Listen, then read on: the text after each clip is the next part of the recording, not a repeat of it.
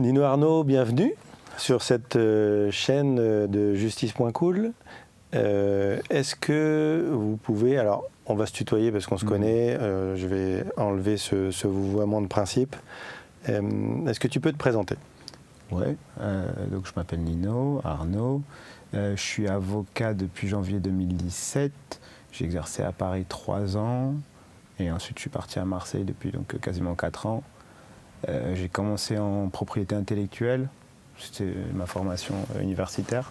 Ensuite j'ai eu le grand bonheur de me réorienter plus vers le pénal. Je continue à faire un petit peu de gestion d'actifs incorporels, au cabinet on le fait, ou d'image, mais gestion de l'image.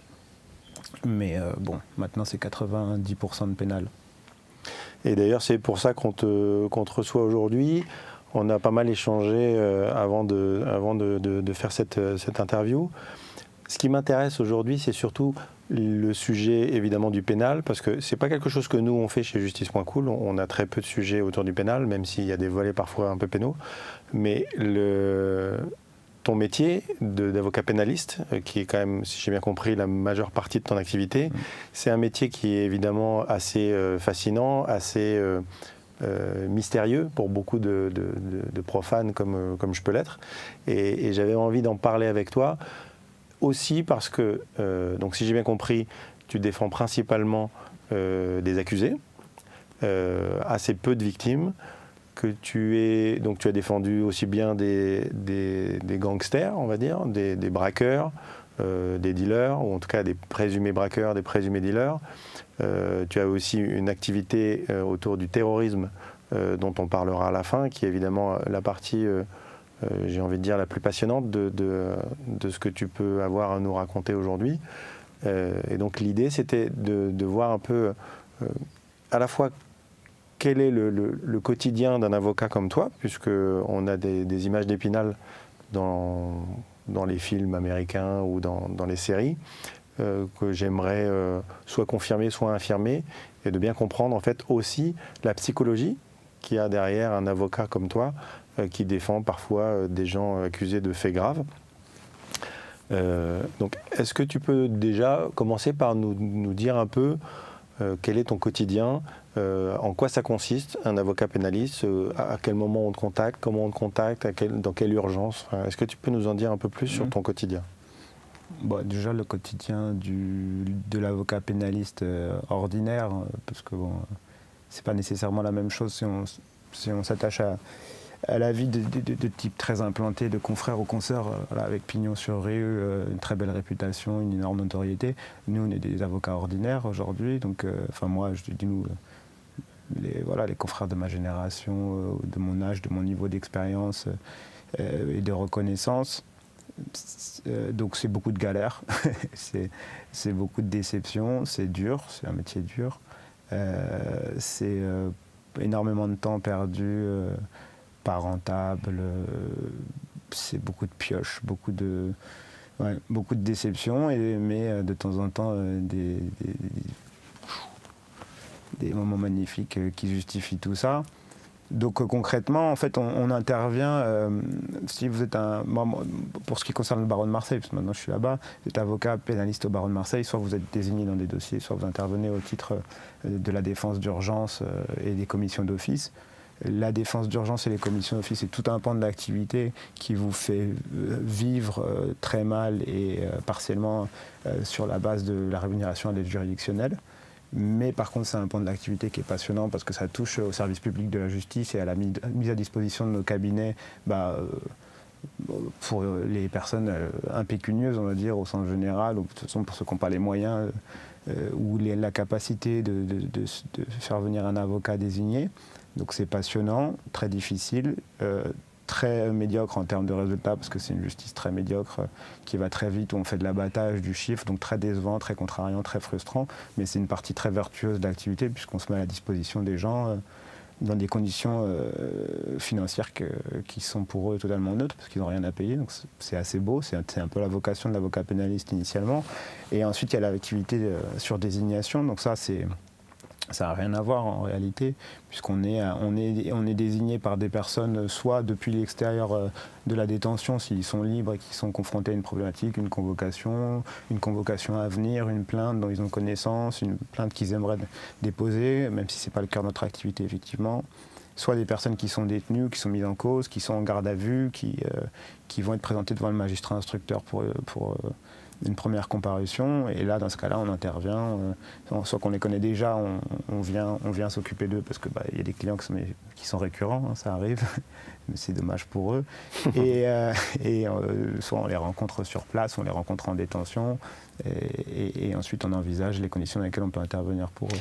Donc ça c'est des clients que tu rencontres en général avec assez rapidement, c'est-à-dire qu'on te demande d'intervenir très vite. C'est des gens que tu ne connais pas, tu ne sais pas ce qu'ils ont fait quand tu arrives, donc tu prends connaissance du dossier assez rapidement. Comment ça se passe? Qu'est-ce que c'est Si on intervient en garde à vue, par exemple, on a connaissance généralement de l'infraction pour laquelle la personne est mise en cause, enfin est gardée à vue. Pas plus, on n'aura pas accès au dossier. Donc de toute façon, on ne prendra pas connaissance du dossier. En garde à vue, on n'a pas l'accès au dossier. Donc on réalise un entretien avec la personne. D'ailleurs, c'est le même schéma que qu'on soit commis d'office, donc dans le cadre de la défense d'urgence, ou désigné. On arrive, on a le droit à un entretien, on s'entretient, on discute avec notre client des modalités, de comment ça se passe une garde à vue, de ce qu'il est en train de vivre et de comment ça va se passer pour la suite. Et ensuite, généralement, on l'accompagne durant ses auditions devant l'OPJ, ça c'est en garde à vue. Ensuite, c'est différent si vous avez quelqu'un qui est mis en examen, par exemple, qui vous désigne. Dans ce cas-là, vous pouvez immédiatement, généralement, le plus rapidement possible, on demande un permis de communiquer. Donc, c'est le droit d'entrer en prison pour aller voir la personne, si elle est détenue, et la copie du dossier dont on peut prendre connaissance. Et là, on y va. Et alors du coup, quand tu arrives comme ça face à quelqu'un que tu ne connais pas ou qui ne te connaît pas, que tu sois désigné ou commis d'office, j'imagine que la plupart des gens que tu rencontres souvent, c'est la première fois et donc tu ne les connais pas. Ils ne te connaissent pas non plus. Dans quel état d'esprit sont ces gens? Est-ce que ton premier rôle, c'est un rôle juridique ou il y a d'autres choses qui interviennent dans ces moments-là? Non, déjà c'est extrêmement variable. Il y a des clients qui ne nous connaissent pas mais qui ont entendu parler de nous.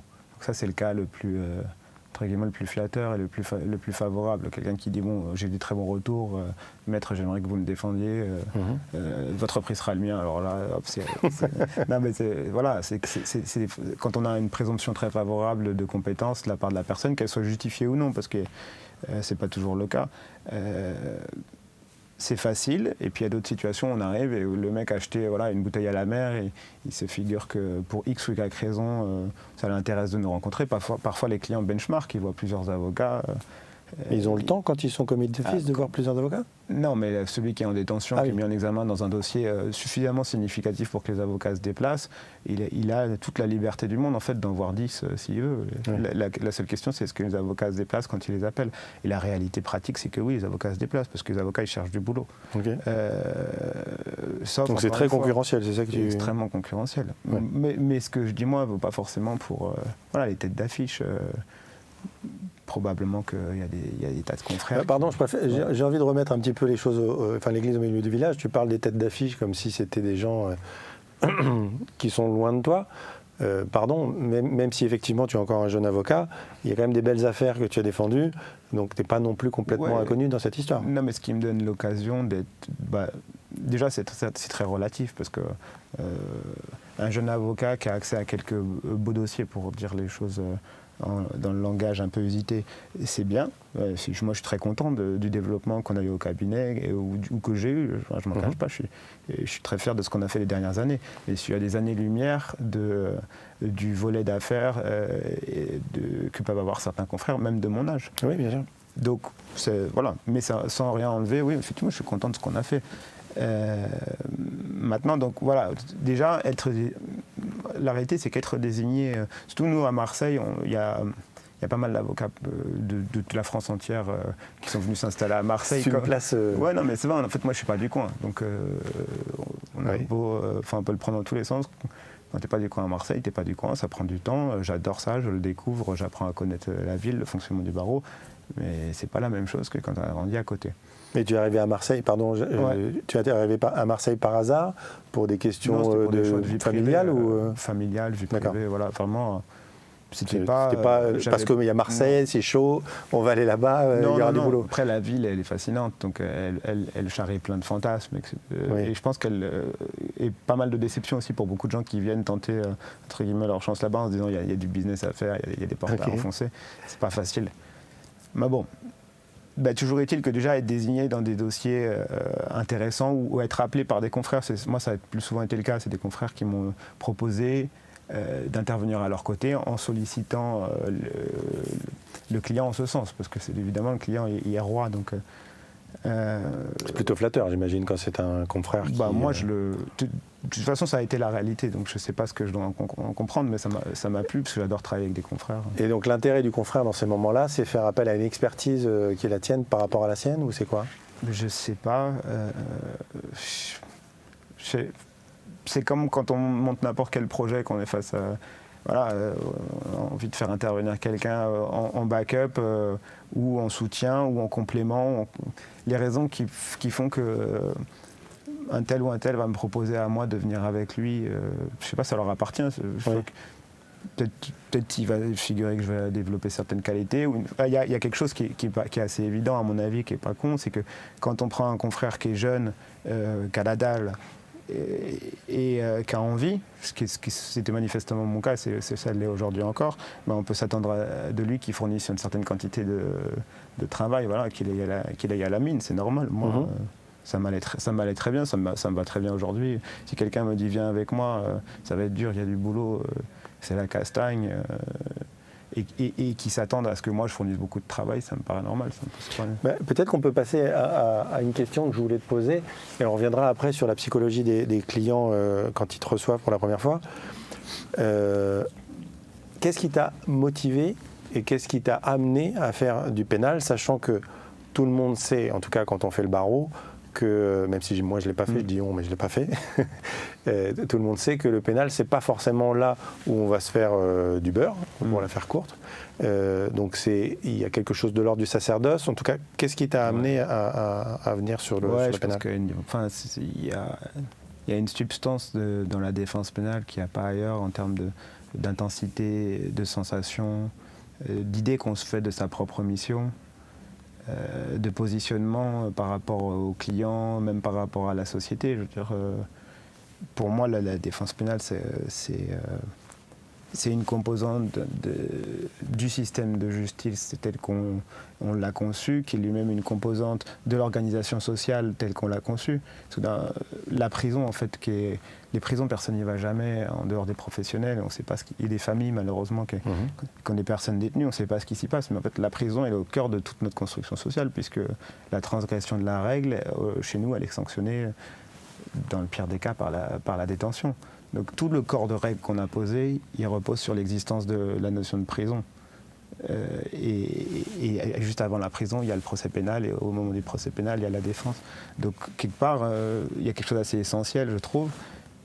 Et puis surtout, moi je suis allé dans les tribunaux en stage.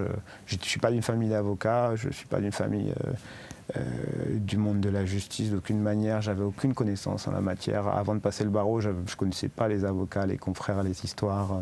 Henri Leclerc, qui est mon idole, j'en avais jamais entendu parler. Donc je me suis gavé de tout ça quand j'ai commencé. Je me suis rendu compte donc que la matière dans laquelle j'avais fait mes études n'était pas du tout adéquate avec mes envies. Et puis je suis allé dans les palais de justice, notamment à Cité au début. Parce que tu avais fait un master qui n'avait rien à voir. Oui, d'accord. Ouais. Donc en fait, c'est au moment du barreau que tu es finalement réorienté. En vrai, moi, c'est c'est tard, hein, c'est vachement tardif. Il y a des jeunes, là, ils sont en L2, ils savent déjà ce qu'ils veulent faire de leur vie. Peut-être qu'ils gagneront du temps. Bon, moi, ça m'a permis d'avoir une formation de procédure civile et de culture de l'écrit civiliste auprès d'un confrère qui était très exigeant et très bon à ce niveau-là, Édouard Mille, qui fait que je pense que j'ai pas perdu de temps que ça parce que j'ai appris à rédiger. Maintenant, c'est vrai que si j'avais eu la vocation, entre guillemets, plus tôt, j'aurais peut-être pu plus rapidement essayer de m'insérer, j'aurais gagné du temps. Mais moi, c'est le palais de justice. J'y suis allé, c'est cliché, mais je suis allé, j'ai accompagné mes maîtres de stage au palais de justice, notamment à Cité, et j'y ai trouvé quelque chose, enfin j'avais envie d'être là-bas. Donc à partir du moment où quand vous rentrez dans une enceinte de justice, vous avez envie d'y rester, de capter ce qui s'y joue et tout. Je pense qu'il faut écouter un peu ces... Ouais, sachant qu'en plus, l'avis de l'avocat pénaliste, contrairement à beaucoup d'avocats qui font cabinet, tribunal, client, là, il y a aussi d'autres éléments qui rentrent en compte qui sont totalement différents, c'est-à-dire la prison, donc les parloirs, les commissariats aussi, ou des choses comme ça. Donc, c'est deux univers que beaucoup d'avocats ne connaissent pas. C'est des environnements qui sont extrêmement mystérieux aussi. Quand un avocat arrive dans une prison, comment ça se passe? Enfin, est-ce que c'est comme dans les films qu'on peut voir ou dans les séries? C'est assez basique, on rentre, on rencontre, on repart. Est-ce que le choc de la prison pour un avocat, on s'y fait? Ouais, moi honnêtement, je pense que c'est pas comparable. Enfin, le choc, l'univers carcéral, c'est impressionnant. Quand on rentre dans une prison pour la première fois, c'est vachement impressionnant. Et à chaque fois qu'on y va, qu'on en ressort, il y a quand même un petit espèce de petit sas comme ça qui se fait. Mais maintenant, nous, on vient en tant que professionnels, on a beaucoup de privilèges. Tu ressors à la fin. Ouais, déjà, je sais quand je ressors, on est bien traité. D'ailleurs, moi, j'ai rigoureusement jamais eu de problème. Je sais qu'il y a pas mal de confrères qui ont des difficultés avec l'administration pénitentiaire. Ça peut arriver. Il y a des choses qui remontent de confrères, de concertants. Moi, très, très sincèrement, j'ai vraiment jamais eu le moindre souci. Les gens sont courtois. Ça peut arriver, hein, on peut se rater, mais... Et tu croises également d'autres détenus ou tu es complètement en fait, isolé? On arrive, on présente notre permis, on passe à la fouille. Les avocats ne sont pas fouillés à proprement parler, mais il faut quand même faire passer nos affaires dans le détecteur. Il y a beaucoup de prisons qui se ressemblent maintenant. Les prisons modernes, elles ont quand même tout un peu la même dégaine. Après, il y a des belles prisons, des vieilles prisons qui sont chargées d'histoire. C'est des lieux fascinants. La santé est incroyable. J'étais à Périgueux l'autre jour. Incroyable avec les vieilles clés, etc. Mais ouais, moi c'est plus un environnement qui me fascine. Je sais que c'est pas, c'est pas. Il y a des avocats qui sont mus par le dégoût de la prison, qui supportent pas l'enfermement, la notion même de prison, etc. Et qui, sont tu veux dire que c'est ça leur moteur pour faire notamment, ouais. Moi c'est différent. Quand je suis là-dedans, je me sens dans un environnement qui m'interpelle, qui me fait bosser intellectuellement. Évidemment, c'est très dur, hein, attention, je ne suis pas en train de dire que la prison, c'est tranquille. Mais j'ai pas de dégoût pour ça. J'ai du plaisir à parler avec les gens, avec les personnels de l'administration pénitentiaire, pour ceux qui ont envie de discuter. Je suis pas... Voilà, c'est un truc un peu bizarre. Pareil dans les commissariats, c'est un environnement où je me sens pas mal, en fait. Bon, après, les commissariats, notamment les geôles, ça pue, c'est infernal. Les gens ont des conditions de travail assez dégueulasses, notamment en termes de locaux. Quand tu dis les gens, tu parles de la police ou les fonctionnaires. Donc, c'est pas des endroits... c'est pas le lustre. Ça peut être un peu glauque, mais c'est pas des endroits où j'ai du mal à me rendre. J'aime bien, c'est une partie du travail que j'aime bien. J'aime bien les voir travailler aussi.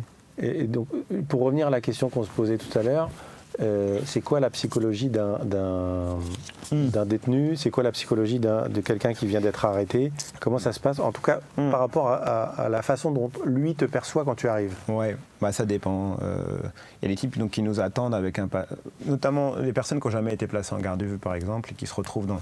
Vraiment, les geôles de garde à vue, c'est l'enfer de la République. C'est l'endroit le plus sale et le plus immonde que vous pouvez imaginer. Ça sent la pisse, la gerbe.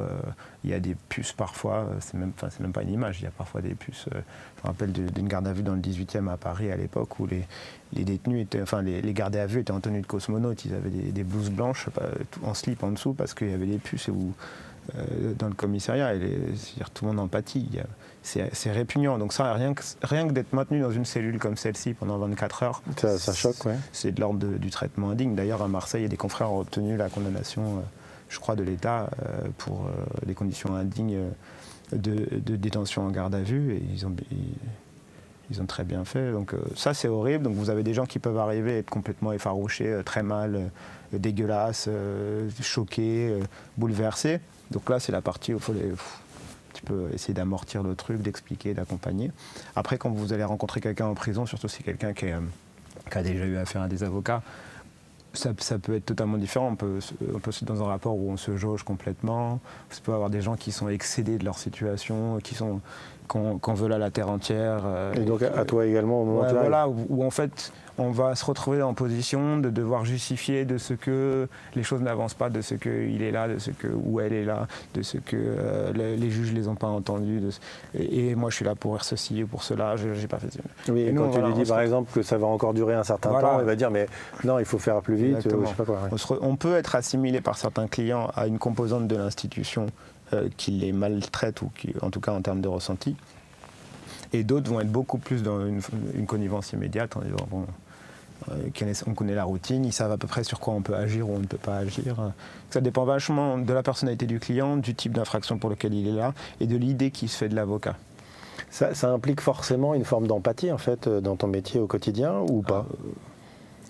Oui, nécessairement. Quand je dis d'empathie, c'est plutôt sur l'aspect psychologique, parce que tu disais tout à l'heure, il y a des clients, ils sont un peu habitués à la situation, donc eux, ils sont c'est leur job quasiment, quoi. Ils sont dans cette démarche.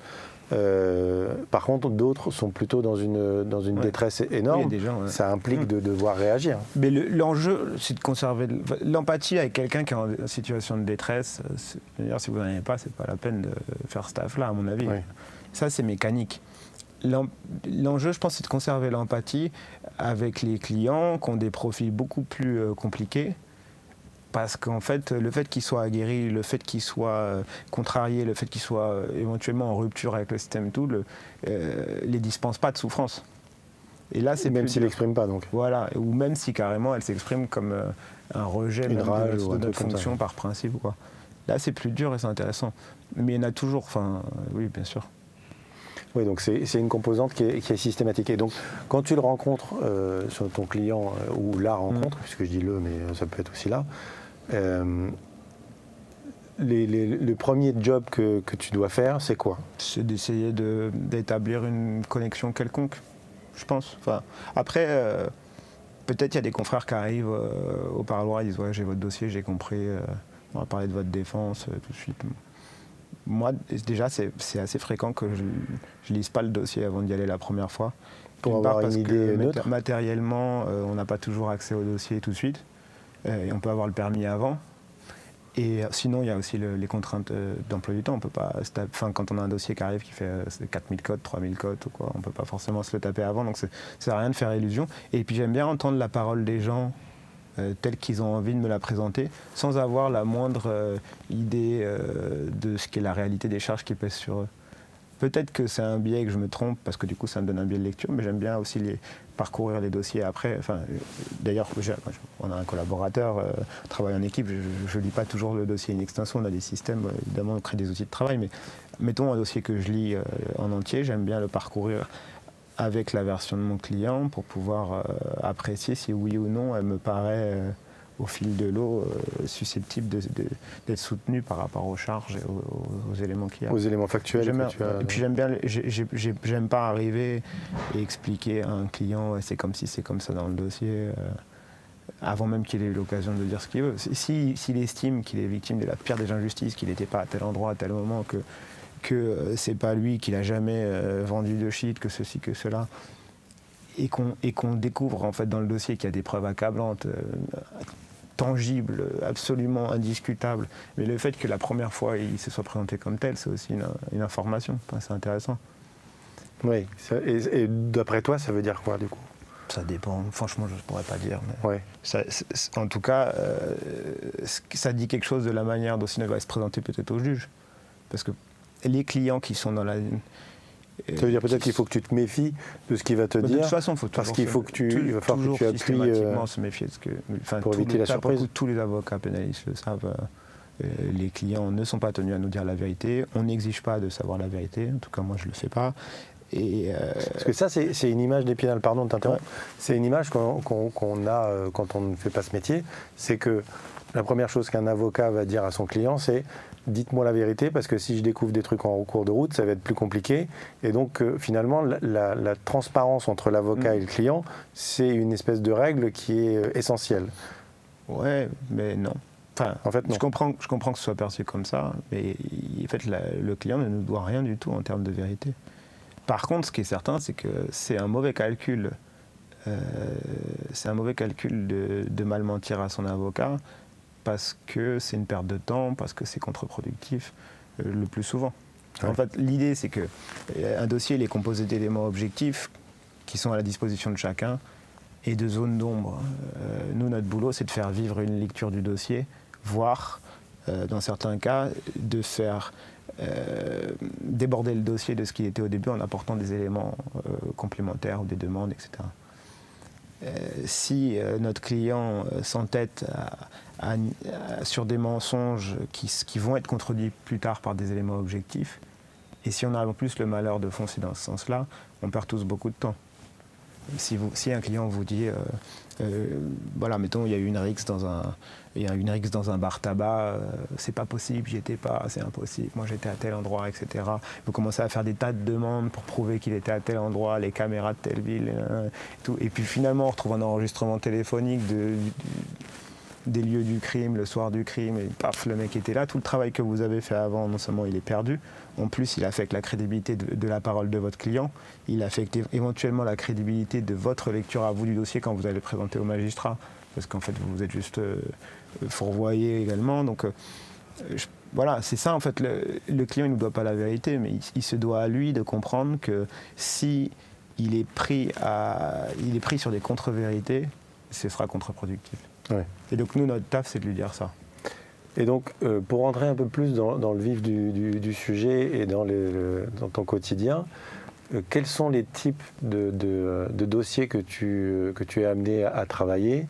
Est-ce qu'il y a des dossiers plus spécifiques que tu travailles? Et est-ce qu'en gros, l'activité que tu développes ressemble aux statistiques françaises ou est-ce que tu as une couleur un peu particulière? Je ne connais pas les statistiques des confrères. Moi, c'est sûr qu'en volume, si on prend le nombre de dossiers que j'ai eu à traiter, le temps que j'ai consacré, que j'ai passé en audience sur les dernières années et l'importance de ces dossiers, c'est sûr que les dossiers dits terroristes ont pris un petit peu l'ascendant ces dernières années. Mais ce n'est pas ma vocation, je n'ai pas l'intention de faire ça toute ma vie non plus. Et ça ne nous empêche pas d'avoir une activité de droit commun de plus en plus chargée et que je veux totale. J'ai envie de me spécialiser dans aucune branche de la défense pénale. On accompagne des chefs d'entreprise, on accompagne des personnes mises en cause dans des dossiers de stupes, dans des dossiers de gangs, de trafic, d'assassinat, de règlement de compte. Voilà, en fait, quand on fait du pénal, à mon sens, on défend les personnes qui sont mises en cause, accusées ou victimes, quel que soit le crime. Et donc ça veut dire que tu abordes finalement les dossiers exactement de la même manière selon que c'est un braquage, un dealer ou un terreau? Ouais, enfin sur l'idée que je me fais de notre travail, oui.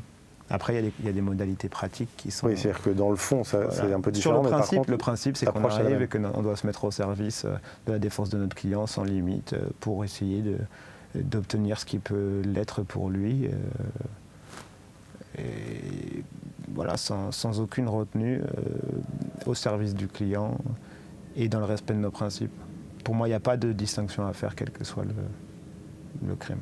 Après, les conditions pratiques, c'est pas les mêmes. Est-ce que tu peux nous dire un peu plus en détail comment se passe la rencontre avec ton client? Parce que j'imagine que selon qu'il est un braqueur, un petit dealer ou une personne soupçonnée de viol ou un terroriste, ton approche et la relation que tu vas créer avec cette personne-là, de fait, va être un petit peu différente? Dans le principe, non. C'est-à-dire que s'il y a une personne qui doit arriver sans présomption quelconque et avec un regard neutre, c'est bien l'avocat, parce que sinon les mecs ils sont foutus, ils sont cuits. Si même nous on arrive chargé de présupposés sur une personne parce qu'on a la qualification les chefs de la prévention pour laquelle elle est mise en cause, à mon avis c'est une défaillance. Maintenant on est humain. Déjà, il y a une part de fantasme chez tout le monde, donc aussi chez les avocats, on n'est pas des cyborgs. Quand le type il est mis en cause pour des faits possiblement monstrueux ou très grave, dans un dossier qui est possiblement énorme, forcément qu'il y a plus d'appréhension, il y a plus de questionnement. On se figure qu'on va tomber sur quelqu'un qui va peut-être avoir l'envergure d'un énorme criminel. Forcément, ça c'est la part de fantasme. Les avocats, ils sont comme les magistrats, comme les flics, comme les journalistes de la presse jus.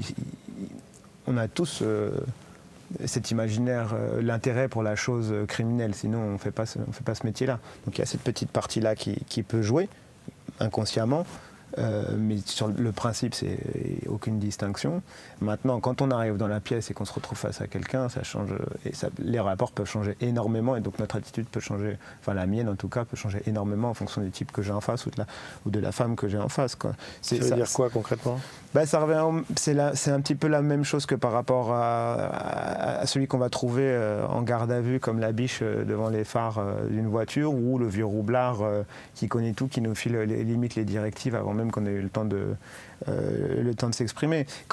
Si j'arrive et que j'ai quelqu'un qui est dans cette situation de détresse, qui a besoin de trouver directement une oreille, une écoute, une forme d'empathie manifeste, et qui s'en remet à l'avocat, qui va quasiment adopter une position de protecteur, c'est très facile. Déjà, c'est une position très valorisante pour n'importe qui, et c'est très facile à adopter pour moi, parce que je sais pas, c'est naturellement facile.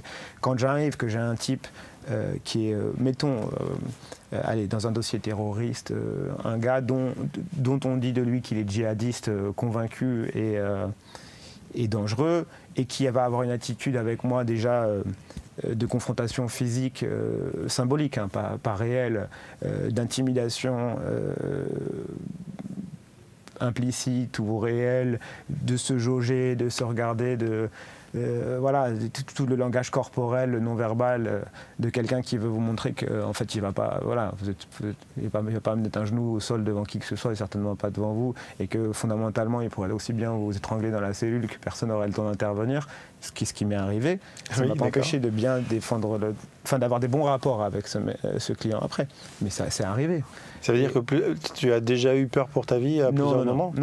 Non, par contre, j'ai déjà fait un parloir qui a duré 3 heures avec un client particulier qui est un mec impressionnant, charismatique, et dont je suis sorti un petit peu chamboulé. Mais je pense qu'il le sait, hein, il le sait très bien. C'est son objectif ? Je sais pas. C'est quoi l'intérêt finalement de déstabiliser son avocat ? Peut-être qu'il ne le fait pas exprès, mais... Si on prend le cas d'un... Vraiment, c'est vraiment la marge de la marge de la marge. Hein, parce que, oui, bien sûr. Mais on en reparlera, mais dans les suites terroristes, la plupart des gens ne sont pas des djihadistes et certainement pas convaincus.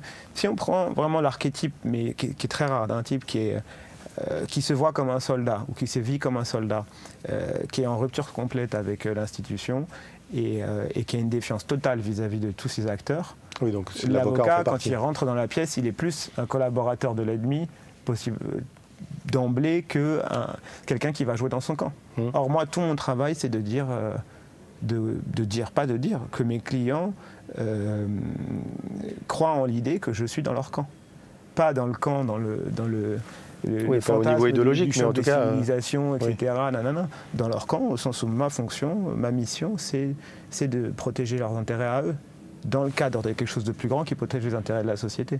Donc moi, je ne sais pas si je me trompe, mais quand je vois des gars ou des clients, je suis dans votre équipe. Dans le cadre de ma mission, dans le cadre de mes fonctions, dans le cadre de le respect du procès pénal, de la procédure judiciaire, mais je suis dans son équipe.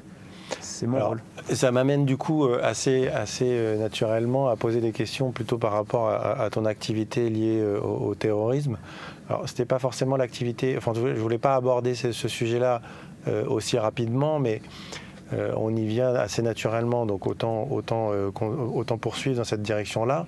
Donc, on en a parlé à plusieurs reprises. En fait, par la force des choses, c'était pas un souhait, si j'ai bien compris, initialement de ta part, mais tu t'es retrouvé sur pas mal de dossiers de terrorisme, ou de présumés terroristes en tout cas.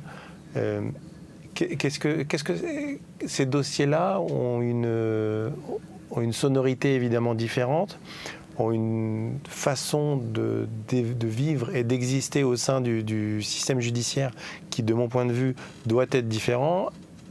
Est-ce que c'est le cas et en quoi c'est différent en réalité ? C'est différent pour des raisons d'ordre procédural, parce qu'en fait on a créé un régime d'exception pour les personnes accusées d'actes de nature terroriste. C'est différent en termes de pratique judiciaire, au-delà de la règle, parce que les magistrats ont développé une pratique que moi je critique et je condamne volontiers, et je serais ravi d'en parler avec eux, mais qui va au-delà encore de la règle à mon sens, et au sens de pas mal de mes confrères qui sont encore actifs et entre guillemets insoumis dans la matière. Mais je ne pense pas que ça devrait l'être en fait. Tout ce qu'on s'évertue à dire, en tout cas, moi c'est ce que je dis, mais je pense que d'autres confrères le disent, c'est que ça ne devrait pas être différent.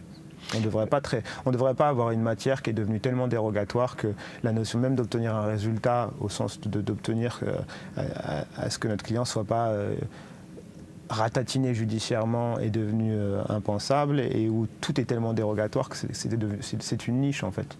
Et avant de rentrer plus dans les détails que tu évoques là, comment le hasard t'a amené en fait, à t'occuper de dossiers terroristes ? Ben je suis vraiment rentré par un trou de souris. La réalité, c'est que mon beau-père, qui se trouve être un bâtonnier, un excellent avocat dans l'Est, était désigné dans la défense de Sid Ahmed Glam, donc dans le dossier dit de Villejuif, qui l'assurait avec le cabinet Portejoie, père et fils, à qui je dois beaucoup, tous les trois. Qui m'ont proposé de venir en renfort franchement à quelques semaines de l'audience. Enfin, j'avais pas encore eu le dossier, etc. Que le client a accepté, et en rentrant là-dedans, en fait, j'ai vécu cette première audience qui était non seulement mes premières assises, mais mes premières audiences terroristes. J'ai rencontré là-bas des confrères, et ça m'a ouvert les portes des autres dossiers. Ce que tu veux dire, c'est qu'il y a une espèce de microcosme autour de ça, avec un certain nombre d'avocats qui reviennent régulièrement dans ces sujets-là. Complètement. Mais c'est un certain nombre de magistrats, d'avocats. Heureusement, c'est pas totalement clos, mais ça l'est déjà beaucoup trop. Donc c'est souvent les mêmes magistrats, souvent les mêmes parquetiers, les mêmes journalistes et les mêmes avocats. Donc il y a une espèce de langage commun qui s'est diffusé, qui est partagé aujourd'hui avec des références communes, qui, à mon avis, nuisent énormément à la qualité de l'analyse qui est faite en fait par les magistrats, parce qu'on se réfère toujours, comme si on retourne vers la connaissance commune, les précédents communs, ce qu'on sait, ce qu'on croit savoir, et qu'on oublie probablement, à mon sens, de regarder les choses telles que le dossier les propose. Mais ouais, il y a ce microcosme-là. Tandis bien que dans des audiences, vraiment, on a des références qui sont faites à tel dossier, où on avait plusieurs magistrats qui en étaient partis, enfin qui étaient partie prenante en qualité de magistrat, parfois le même avocat général, et 1, 2, 3 avocats de la défense qui connaissent l'histoire, quoi.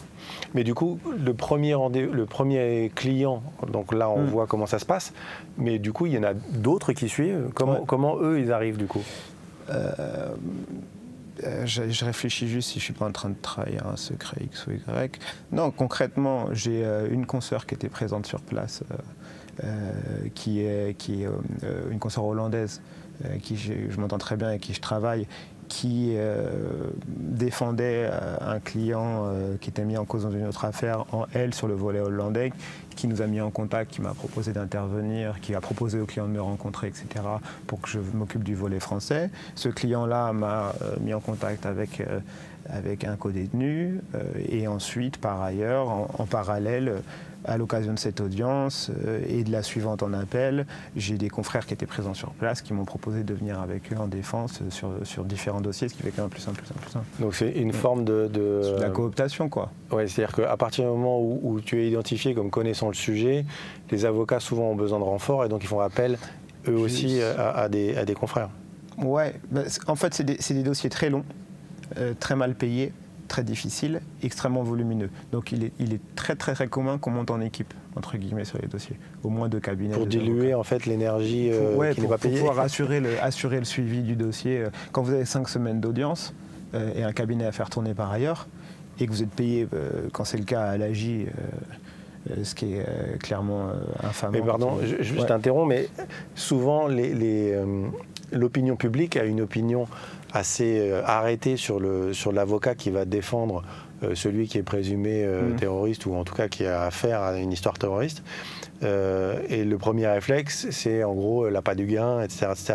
Ce que je comprends, c'est qu'en fait, c'est complètement faux. En la matière, il n'y a pas moins rémunérateur que le terreau. Et non seulement c'est pas rémunérateur, parce que c'est pas compliqué, hein, quand vous avez encore une fois, le cas d'école, parce que la plupart des gens sont des gens assez ordinaires dans ces dossiers-là. Et c'est vraiment le problème et l'amalgame qui est fait. Mais quand vous avez un vrai djihadiste, complètement anti-système, qui quelque part on va dire ouais, vas-y je vous nique tout, je suis sur l'État, les avocats vous me faites chier, etc. Je crois bien qu'il ne va pas aller casser sa tirelire et endetter sa famille pour faire venir un avocat dont il se demande lui-même si finalement il en a l'utilité ou s'il ne pourrait pas faire autrement.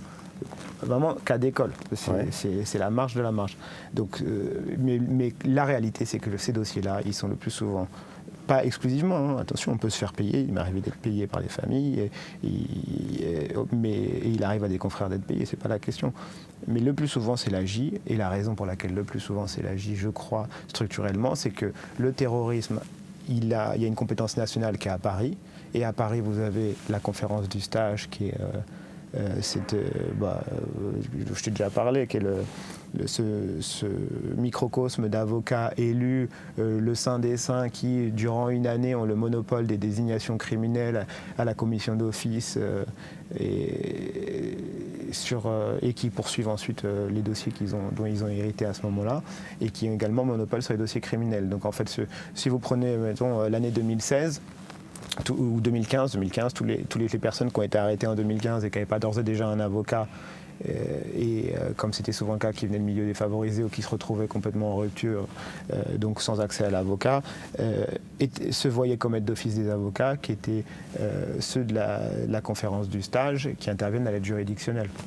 Donc il y a une culture vraiment dans cette matière de l'AJ. Et du coup, les gens dont se disent c'est soit rémunérateur, soit tout simplement c'est pour se faire de la pub, ça va les servir derrière, etc. etc. Rémunérateur, ça ne l'est pas, encore une fois, mais ça peut l'être. Moi, qu'on soit bien d'accord, ça le serait. Si j'étais très grassement payé pour mes dossiers d'ITERO, je pense que ce serait la chose la plus légitime de ma pratique professionnelle que d'être très bien payé pour ces dossiers-là. Parce que c'est les dossiers qui prennent le plus de temps. Il faut un travail énorme, c'est extrêmement difficile, il n'y a que des coups à prendre et ça prend un temps fou. Et c'est extrêmement exigeant. Donc évidemment que l'argent, il est mérité. Il n'y en a pas, il n'y en a pas. Bon. Ou très peu, ça dépend. Ensuite, c'est très peu prescripteur de dossiers. Parce que ça colle une étiquette. Je crois, ouais, tout le monde nous dit attention, ne te fais pas étiqueter hétéro, après c'est foutu. Bon, pour moi, ça ne m'a pas découragé, donc peut-être que j'ai déconné, mais en tout cas, je continue. Et parce que les clients qui sont détenus pour ces faits-là, ils sont détenus dans des conditions qui sont dérogatoires, qui sont spécifiques, et qui fait qu'ils se retrouvent assez en vase clos. Et donc, ils ne sont pas en détention ordinaire. Donc ils ne partagent pas le nom de l'avocat. Si, mais à d'autres clients mis en cause dans des faits assez similaires. Donc en fait, ça reste. Oui, ça tourne un peu en rond. C'est pas, encore une fois, il y a des tas d'exceptions, hein, mais c'est un petit peu la caricature. Et ensuite, en termes de notoriété. Justement, j'allais te poser la question, au-delà de la question de la notoriété et de l'image que ça peut. Enfin, des nouveaux clients que ça peut t'apporter. Ce que je comprends, c'est que finalement, c'est pas vraiment le cas. Est-ce que, en revanche, il y a aussi des coûts à prendre forts liés à l'opinion publique, à des éventuels trolls ou je ne sais quoi, comment les appeler il y en a à prendre en théorie. Je sais que des confrères se font emmerder. Moi, j'ai jamais eu la moindre manifestation, quelle qu'elle soit, à part les remarques des copains au bistrot ou quoi, mais je veux dire, moi j'ai jamais fait l'objet de quoi que ce soit, tant mieux, j'espère que ça continuera. Donc c'est pas quelque chose que j'ai vécu, je sais que c'est des choses qu'on court, mais après on a des confrères, des consoeurs qui se font prendre à partie dans des dossiers qui pourraient paraître de prime abord moins sulfureux, mais pour des raisons qui sont politiques.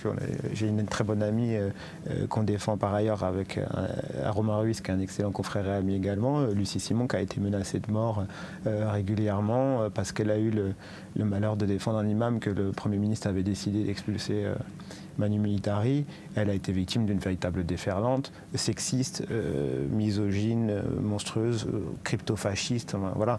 Et on a déposé des plaintes qui n'ont rien donné parce que apparemment, c'était pas la préoccupation numéro 1 que de protéger l'avocate dans ses fonctions, mais voilà. Il n'y a pas eu d'instruction du tout ? Non, rien, c'est classé sans suite. On envisage les suites à donner d'ailleurs, mais voilà, défendre un imam sur une mesure d'expulsion, premier abord, c'est moins sulfureux que défendre quelqu'un à qui on attribue un projet terroriste de tuerie de masse. Et pourtant, c'est elle qui a pris, notamment parce que c'était une femme, je pense, ça joue beaucoup. Enfin, à mon sens, hein. Quand on voit, nous, on a accès évidemment à la nature des insultes. Voilà. Bon, je pense j'ai l'impression que les voyous numériques ne formulent pas les mêmes menaces aux femmes qu'aux hommes. Ok. Voilà. Donc pardon, du coup, revenons au sujet de... Il y a probablement des coups à prendre, mais il y a surtout des coups à prendre dans l'idée qu'on se fait de notre métier et dans ce qui nous reste après de conviction et de force pour continuer à travailler. Parce qu'en réalité, c'est des dossiers qui sont tellement décevants avec une institution qui est tellement dysfonctionnelle. Quand tu dis décevant, qu'est-ce que tu entends par là? Parce que le fait de choisir de défendre les accusés, en général, les accusés arrivent en détention sur la base d'un certain nombre de faits, parce qu'on n'arrête pas quelqu'un comme ça du jour au lendemain. Donc les innocents, les prisons sont pleines d'innocents, mais la réalité des choses, c'est que, de mon point de vue, on a quand même souvent affaire à des gens qui ont fait des faits plus ou moins graves. Donc qu'est-ce que ça veut dire décevant pour toi? Décevant, c'est à tous les niveaux.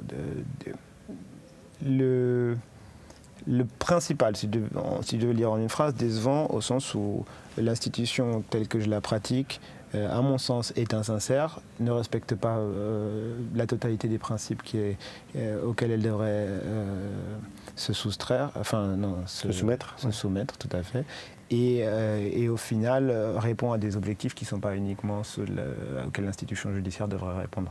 Quand tu parles de ça, tu parles du cas spécifique du terrorisme ou du reste aussi? Dans le reste aussi, quand on sait à quel point de plus en plus on a affaire à une institution qui a une qualité de service catastrophique en fait, pour des raisons de budget, pour des raisons de main-d'œuvre, pour des raisons parfois qui ont trait à la médiocrité individuelle des avocats, des magistrats, ça peut arriver. Mais structurellement, l'institution judiciaire, voilà. Ouais, en fait, quand on a discuté un peu pour préparer cette interview, moi, ce qui était ressorti de nos échanges, c'était justement que tu trouvais que les personnes que tu côtoies au quotidien, que ce soit du côté des forces de l'ordre, des magistrats, des greffiers, ou des surveillants pénitentiaires, etc., tu disais qu'au contraire, tous ces gens-là étaient particulièrement compétents, ou en tout cas faisaient leur job avec beaucoup de passion, et que c'était autre chose qui créait le problème. Il y a le fait de faire son job avec passion et engagement, et il y a l'objectif poursuivi, la manière dont on le fait et le résultat. Ce qui est vrai, c'est que typiquement, nous, quand on discutait, tu vois, dans le processus judiciaire, il y a différents acteurs. Moi, ça m'intéresse beaucoup le travail de la police. Tu en as des bons, tu en as des mauvais, tu as des travaux d'enquête, tu as des trucs qui sont des torchons. Mais il n'y a pas de problème à reconnaître que tu as des enquêteurs qui font un super boulot avec des gens compétents. On a des commissaires ou des chefs de brigade qui viennent déposer à la barre des enquêteurs qui sont très intègres intellectuellement parfois, fiables, qui connaissent parfaitement leur dossier. Il y a des types très impressionnants, notamment dans la PJ et tout. Après, il y a d'autres institutions qui, à mon avis, ne sont pas au même niveau d'exigence. On en a dans les dossiers hétéros, mais ce n'est pas des cas individuels, c'est aussi le fonctionnement de l'institution. C'est difficile de travailler dans des dossiers où l'enquêteur qui vient rendre compte de son enquête, il est donc présumé sachant et extrêmement compétent parce qu'il, par exemple, il est membre de la DGSI, qui dépose derrière un ordinateur, derrière un écran et sans être présent. C'est-à-dire que concrètement, vous contre-interrogez une ombre sur une télévision qui est dans un bureau plus loin et qui a toutes ses notes sous les mains, etc., pour vous expliquer par A plus B comment la DGSI est certaine que votre gars il est coupable d'avoir fait telle ou telle chose, notamment à l'autre bout du monde, mais qu'on n'a pas la preuve parce que c'est du renseignement et qu'on n'a pas de compte à rendre, y compris au président de la cour d'assises quand on leur demande d'où viennent les sources. Ça, c'est plus compliqué. Alors ça, c'est intéressant parce que c'est une image qu'on ne connaît pas du tout. C'est-à-dire que quand quelqu'un des services secrets ou des services spéciaux dont tu parlais doit intervenir dans un dossier, alors il ne plaide pas à la barre évidemment, mais par contre... Évidemment, oui. C'est la pratique qui s'est développée. Parce qu'on attache au procès dit anti-terreau la forme de danger. Voilà, les procédures spéciales, la cour d'assises spécialement composée, on se figure qu'il y a des risques de pression. Mais quand vous avez un enquêteur de la PJ qui vient, y compris dans des dossiers de criminalité organisée, les types se déplacent en chair et en os, et souvent c'est les plus impressionnants. Et ils connaissent parfement leur dossier. Et je veux dire, je vois pas pourquoi eux, ils encourraient moins de risques. Après, c'est pas la question. C'est quoi qui provoque ce type d'interrogation En tout cas, c'est la règle. Ils ont la faculté d'être anonymisés et de déposer à distance. Ils le font. Bon, pour nous, c'est inconfortable, mais... oui, c'est pour les protéger dans leurs enquêtes, ou en tout cas dans leur intégrité. Bon, après, les professionnels du renseignement ont peut-être plus intérêt, fondamentalement, ou justifient plus d'un intérêt à avoir leur identité tenue secrète. Très bien, dont acte. Mais il n'en demeure pas moins que nous, on se retrouve à défendre des théories qui sont soutenues par des gens qui concrètement sont des fantômes à l'audience, sur la base d'éléments qui sont intangibles parce que relevant du renseignement et du secret défense, et que les magistrats attachent à leurs paroles une crédibilité absolue, alors qu'il nous arrive de démontrer qu'il y a des erreurs qui sont faites. D'ailleurs, tu as abordé un sujet auquel je n'avais pas pensé quand on avait un peu préparé cette discussion. C'est le caractère international en fait des enquêtes qui sont liées aux terroristes, ou en tout cas aux organisations terroristes. Quand on est la police et la gendarmerie, ça pose un certain nombre de problèmes dans les enquêtes parce qu'il faut collaborer avec d'autres institutions dans d'autres pays, etc., etc. Mais j'imagine que pour l'avocat, c'est quasiment aussi compliqué, voire encore plus compliqué, puisque vous n'avez pas la possibilité à un moment de faire, je ne sais pas, si vous devez récupérer par exemple les images d'une caméra de surveillance quelque part, ça demande beaucoup de... De ce point de vue-là, la dimension internationale, elle ne change pas grand-chose au sens où, matériellement, en fait, ce sont les magistrats instructeurs qui délivrent des commissions rogatoires internationales, donc qui demandent sur la base des règles qui sont prévues en termes de coopération internationale, qui demandent des actes à l'étranger.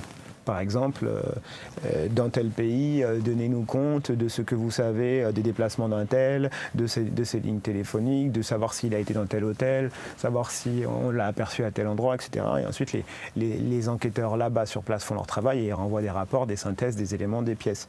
Et ça implique déjà du temps. Oui, ça c'est sûr, mais de toute façon, c'est des procédures qui sont énormes et qui prennent un temps infini. Mais ça, c'est le travail des magistrats instructeurs et des enquêteurs, parce qu'évidemment, ils correspondent. Et nous, on travaille sur la base du dossier. Donc, quand ces éléments reviennent, on procède à notre travail d'analyse, éventuellement de contradictoire, etc. Et si on a besoin que des mesures d'investigation soient prises, c'est la même chose que ce soit en Hollande qu'en France. On fait une demande d'acte au magistrat, on le dit, et il serait utile à la manifestation de la vérité de vérifier à ce que ceci, de relever cela, et on fait la demande. Que ça se passe à Utrecht ou à Montreuil, fondamentalement, ça ne change pas grand-chose en fait. Par contre, c'est plus compliqué parce que c'est plus volumineux, parce qu'il y a des pratiques qui sont différentes, etc. Mais vous avez la même chose dans des dossiers de bande organisée beaucoup plus communs.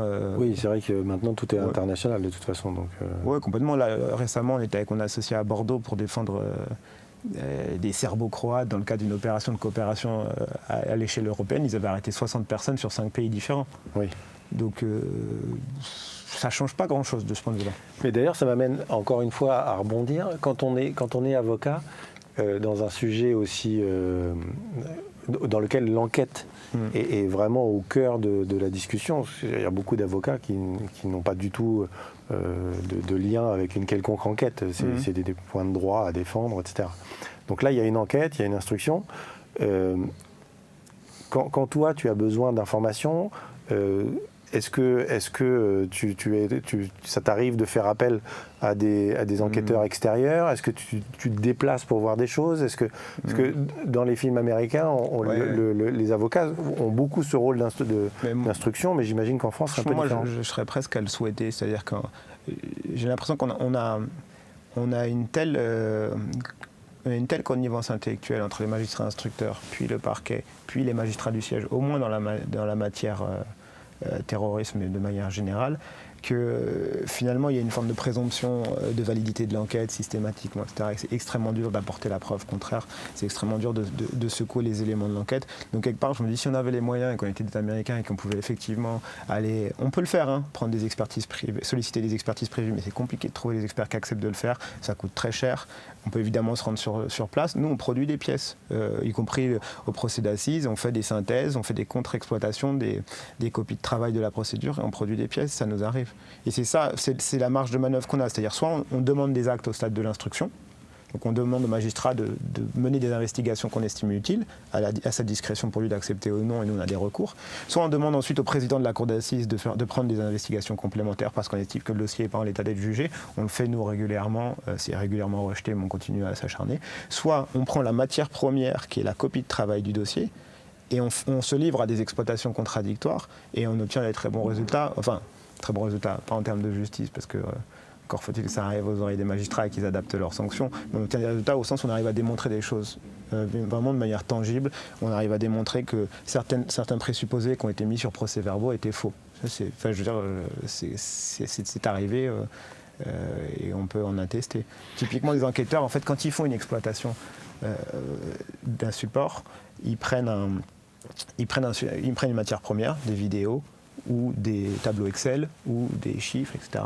Et ils en retiennent ce qui les intéresse ou ce qu'ils estiment pertinent sur des procès-verbaux qui sont des PV de synthèse. Parfois, ces PV de synthèse sont extrêmement bien faits, ils sont le reflet de la réalité. Parfois, en fait, ce sont juste des sélections de ce qui les intéresse et le reste qui est laissé à la benne et qui n'est pas mis à disposition des avocats avant qu'ils demandent la copie de travail, donc la matière première. Ce reste-là, il passe à la trappe alors qu'il peut révéler des choses très intéressantes. Alors, pardon, du coup, je rebondis sur ce que tu disais avant, là, parce que je trouve que c'est aussi intéressant de prendre le temps de s'arrêter sur ce que tu as dit. Tu parlais de connivence entre les différentes personnes qui interviennent dans l'enquête et dans la procédure judiciaire. C'est assez dur. Est-ce que tu peux en dire un peu plus? Est-ce que tu peux me expliquer ce que tu veux dire par là? Restons dans le cas du terreau, des cours d'assises spécialement composées, terroristes, etc. Mais bon, ça peut être étendu à la pratique judiciaire dans d'autres cadres. Hein, mais dans ce cas précis, en fait, nous, ce qu'on ressent comme avocat, c'est qu'on a en face de nous un bloc qui est en fait une chaîne, véritablement, qui a une forme de... un trait en fait, c'est même plus une chaîne, c'est-à-dire qu'on voit même plus la différence entre les maillons, c'est un fil, c'est une corde entre les enquêteurs, donc généralement de la DGSI et de la SDAT, la sous-direction antiterroriste, qui transmettent des informations, qui construisent des dossiers, qui montent des dossiers sous la direction du magistrat instructeur, dont le parquet se fait l'exact relais, parce qu'en réalité, sont quasiment... Enfin, moi, je leur dis, peut-être que je me trompe de manière organique, mais quasiment leur subordonné, le parquet, les enquêteurs. Bon. Donc le parquet qui vient porter cette parole avec une absence totale de regard critique sur le travail des enquêteurs. Et là où ça devient le plus surprenant, c'est des magistrats qui, en fait, du siège, qui à mon sens, mais je pense que je ne suis pas le seul à penser, accordent une forme de présomption quasi irréfragable de vraisemblance, d'exactitude et de justesse au travail qui a été fait par les enquêteurs et aux présentations qui sont opérées par le parquet. Et on vous retrouve avec des magistrats du siège qui accueillent ces narrations-là, ces narratifs. Mais qu'est-ce qui fait qu'ils accueillent ça? Parce que leur job, c'est d'avoir un regard critique sur la façon dont... Parce que la théorie, c'est qu'ils doivent instruire à charge et à décharge. Enfin, en tout cas, et d'essayer d'avoir un regard neutre sur la façon dont les choses se passent. Qu'est-ce qui fait qu'ils sont dans cette situation-là Franchement... En tout cas, d'après toi. J'en suis à dire qu'il faudrait leur poser la question. Moi, je suis d'accord avec toi. En théorie, en fait, les magistrats du siège, ils doivent avoir un regard critique sur le travail des enquêteurs. C'est leur raison d'être. Nous, en fait, on intervient la justice, c'est un idéal, c'est quasiment un acte de foi quand on s'en remet à la justice ou quand on prend part à ce processus. Pas pour rien qu'à tous décorum. Nous, quand on vient en justice, on est dans le cadre de notre rôle. On essaye de faire notre métier et de remplir notre rôle le mieux possible. Et on attend des autres acteurs qui s'en tiennent à leur rôle. C'est ce que je te disais tout à l'heure sur la prison au cœur de la société. Le magistrat, son métier et les bornes de ses pouvoirs, elle est tributaire de ce qu'on a remis entre leurs mains. Les magistrats ne doivent pas excéder leur pouvoir pour des raisons évidentes. C'est qu'en fait, ils ne sont pas tout puissants, ils sont juste, et c'est déjà une charge énorme, ils ont la charge de remplir leur mission du point où elle commence jusqu'au point où elle s'arrête. Et les magistrats du siège, pour moi, leur rôle, il est d'être critique vis-à-vis d'avoir un regard critique, pas un regard véhément, un regard critique d'analyse froide et le plus objectif possible sur les procédures judiciaires, les dossiers tels qu'ils leur sont présentés. De la même manière que le rôle de la chambre d'instruction, c'est d'avoir un regard critique sur le travail du magistrat instructeur. Et aujourd'hui, il y a une pratique que moi j'estime consacrée notamment en cette matière, c'est que les magistrats du siège présument jusqu'à la preuve absolue du contraire, qui est quasiment impossible à apporter, parce que parfois on tient sur la preuve impossible, que le travail des enquêteurs a été exact et que leurs présomptions et que leurs instincts et que leurs déclarations sont valables. Pourquoi ils font ça?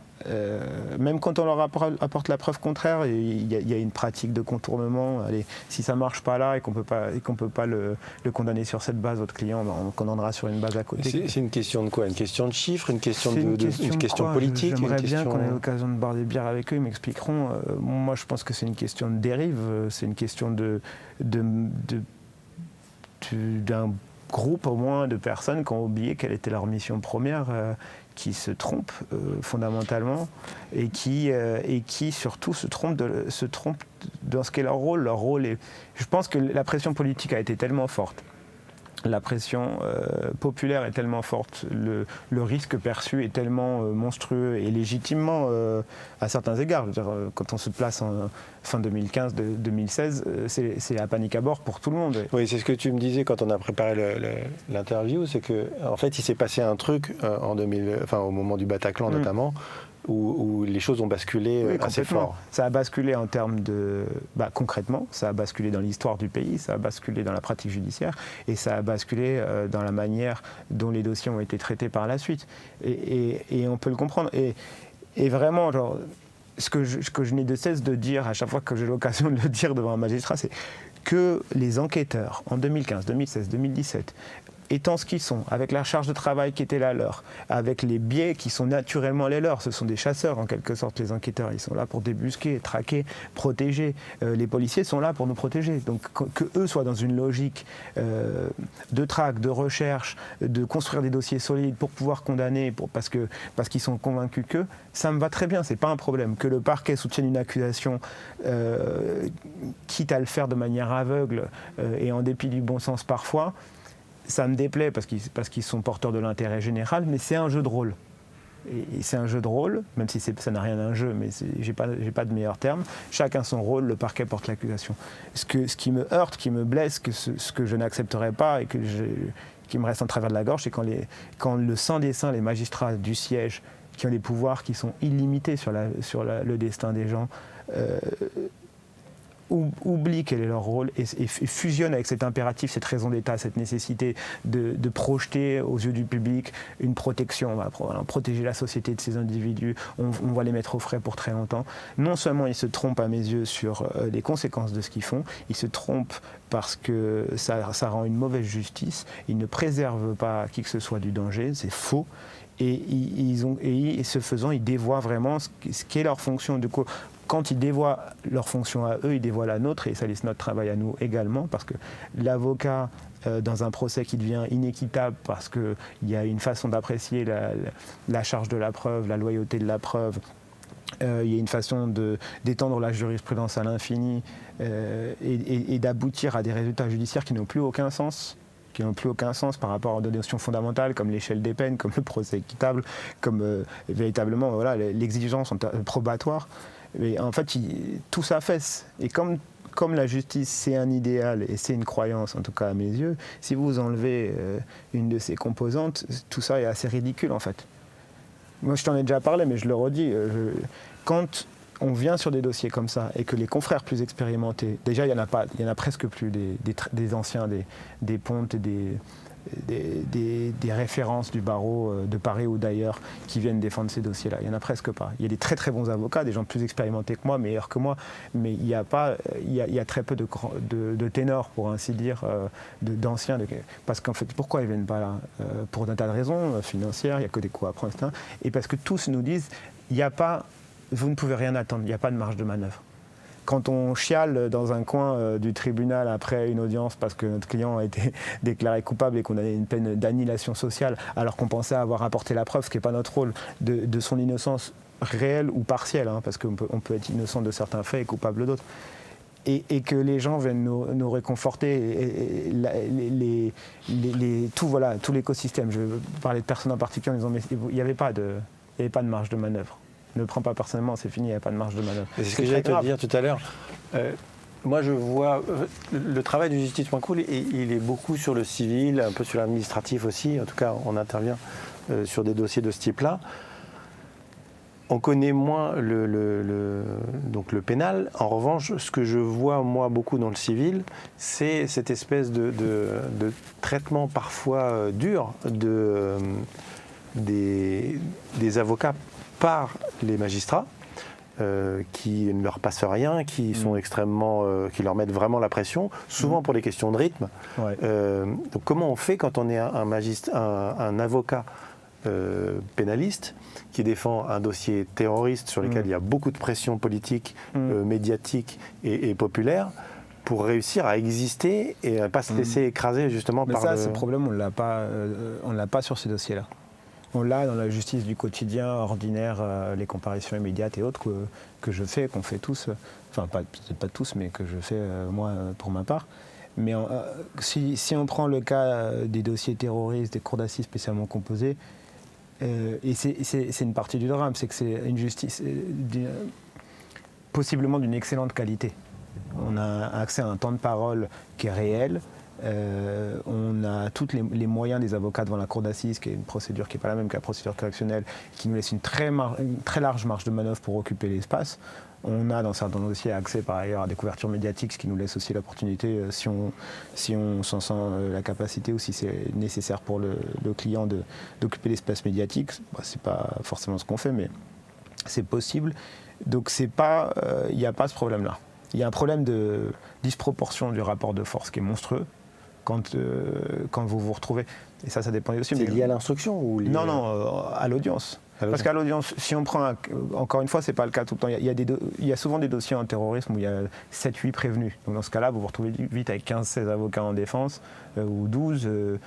Ça représente quand même une certaine force de frappe, notamment pour occuper l'espace. Et c'est un théâtre, donc il y a presque plus de monde que finalement voilà. Derrière le... Quand vous vous retrouvez dans un cas, comme ça a été le cas l'année dernière avec mon confrère Vincent Bringart, où on est 2 avocats en défense, bon, éventuellement accompagnés d'un collaborateur du cabinet ou d'un stagiaire, ça fait 3 personnes sur le banc, avec derrière notre client que l'on croit innocent, et qu'en face il y a, allez, mettons, une dizaine d'avocats de partie civile, plusieurs parties civiles, bon, le banc de la presse, mais ça, c'est pas, ils ne sont pas partis au procès, et les 2 avocats généraux, et par ailleurs le corps des magistrats du siège qui, par leur comportement, parfois nous démontrent bien dans leur non-verbal que... Ils sont déjà de parti pris. Non, pas, non, sinon on ferait des requêtes en suspicion. Oui. Voilà, que notre client peut avoir le don de les agacer, que notre prise de parole peut avoir le don de les agacer. Là, on se retrouve vraiment face à un bloc. Et ça, en termes de rapport de force, pour occuper l'espace, il faut y aller. Mais c'est pas parce que la procédure n'est pas bonne ou parce que les magistrats nous mettent la pression. En cour d'assises, la parole, il y a une place splendide pour la parole, c'est ce qui fait que c'est des dossiers les plus intéressants. Et c'est pareil en cour d'assises spécialement composée, il y a la place pour la parole. Mais une plaidoirie comme ça, devant autant de personnes, ça représente une pression assez folle, non ? Ouais, mais c'est pas... Non, mais c'est cynique, mais c'est le pire et le meilleur. Enfin, voilà. Non, mais en tant qu'avocat, là, je parle de toi plus spécifiquement. Non, mais moi, j'adore. Enfin, je sais pas, j'adore.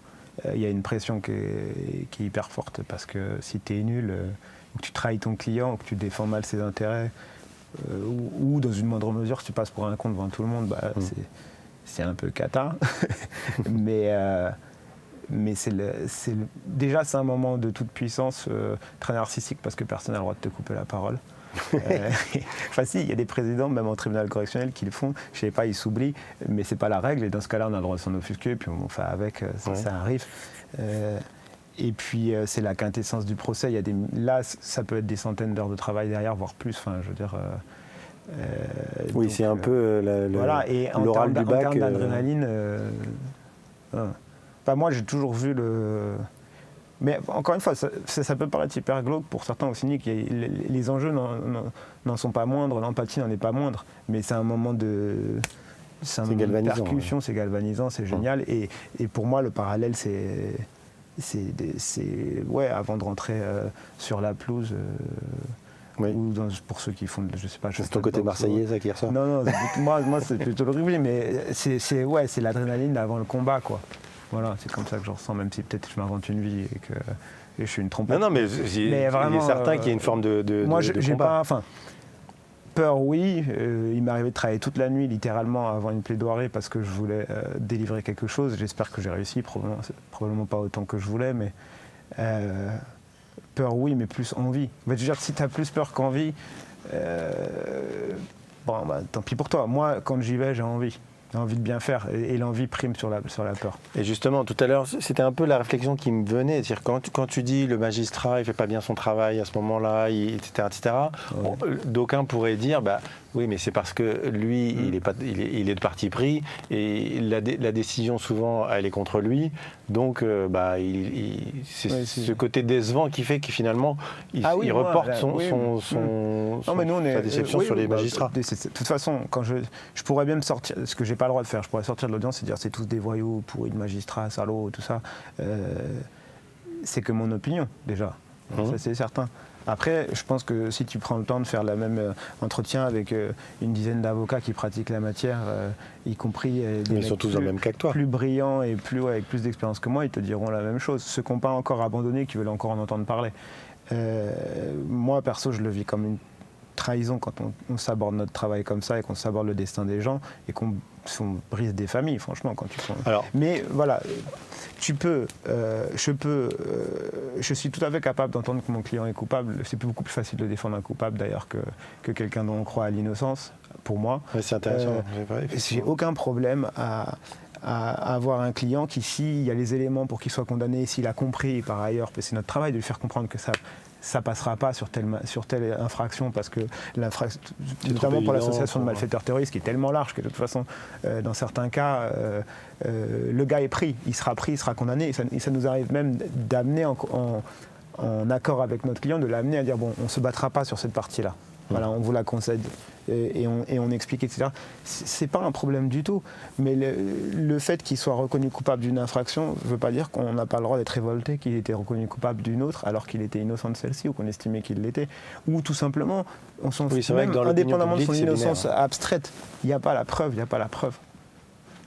Dans l'histoire du grand banditisme, tu as des braqueurs qui étaient reconnus comme braqueurs multi-récidivistes, grandioses, splendides, dont on avait toutes les raisons de penser qu'ils avaient participé à tel coup. Les policiers de la PJ, qui étaient des mecs, des super flics, comme on dit, les grands flics, on avait conscience, ils le savaient, peut-être que le mec leur avait même dit entre deux interrogatoires en off, mais il n'y avait pas la preuve, Et c'est la grandeur de la justice que de dire qu'on condamne seulement si on a la preuve. En matière de terreau, on a oublié ça. Et sur une échelle des peines qui est en plus complètement déconnante. Mais ça, moi je vais me faire un peu l'avocat du diable. Ça, compte tenu de ce qui a pu se passer et des enjeux et de la violence des faits qui ont pu être jugés, je comprends que l'opinion publique ait besoin d'avoir des réponses et que les sanctions soient exemplaires, voire pires. Donc, est-ce qu'on peut comparer des faits de terrorisme à des faits plus classiques, même s'il y a des meurtres? Ce que tu dis, c'est qu'a priori, un meurtre de terrorisme ou un meurtre de braquage, finalement, normalement, ça devrait écoper de la même peine. Non, en fait, la peine ne m'intéresse pas. À proprement parler, si tu prends une comparaison comme ça, parce qu'en fait tu rentres dans un truc qui n'a pas de sens. On devrait appliquer le même standard probatoire.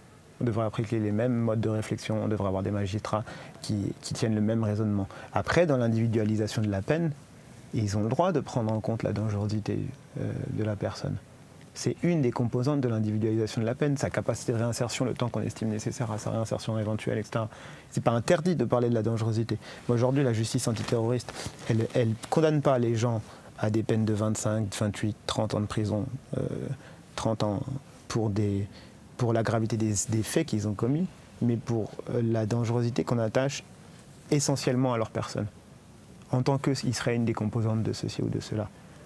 Donc c'est plutôt attaché au risque en fait. C'est exclusivement attaché au risque. Si on s'attache à la gravité réelle des actes qui ont pu être commis. T'as des mecs qui prennent 25 ans pour avoir déplacé des armes dans un coffre, mis à disposition, etc. Ce qui n'a rien d'anodin. T'as des types t'as un gars qui a pris 18 ans récemment, mon confrère va le défendre en appel, à Nice, avec une charge probatoire qui était quasiment nulle, c'est-à-dire qu'il se défendait mal. On a retenu de lui qu'il avait échangé 4 textos avec l'assaillant et il a fallu mettre une peine exemplaire. Tu as le président Berriès qui a dit lui-même dans un documentaire qui est paru après V13 que les peines qui avaient été prononcées avaient une portée symbolique. Fabuleux.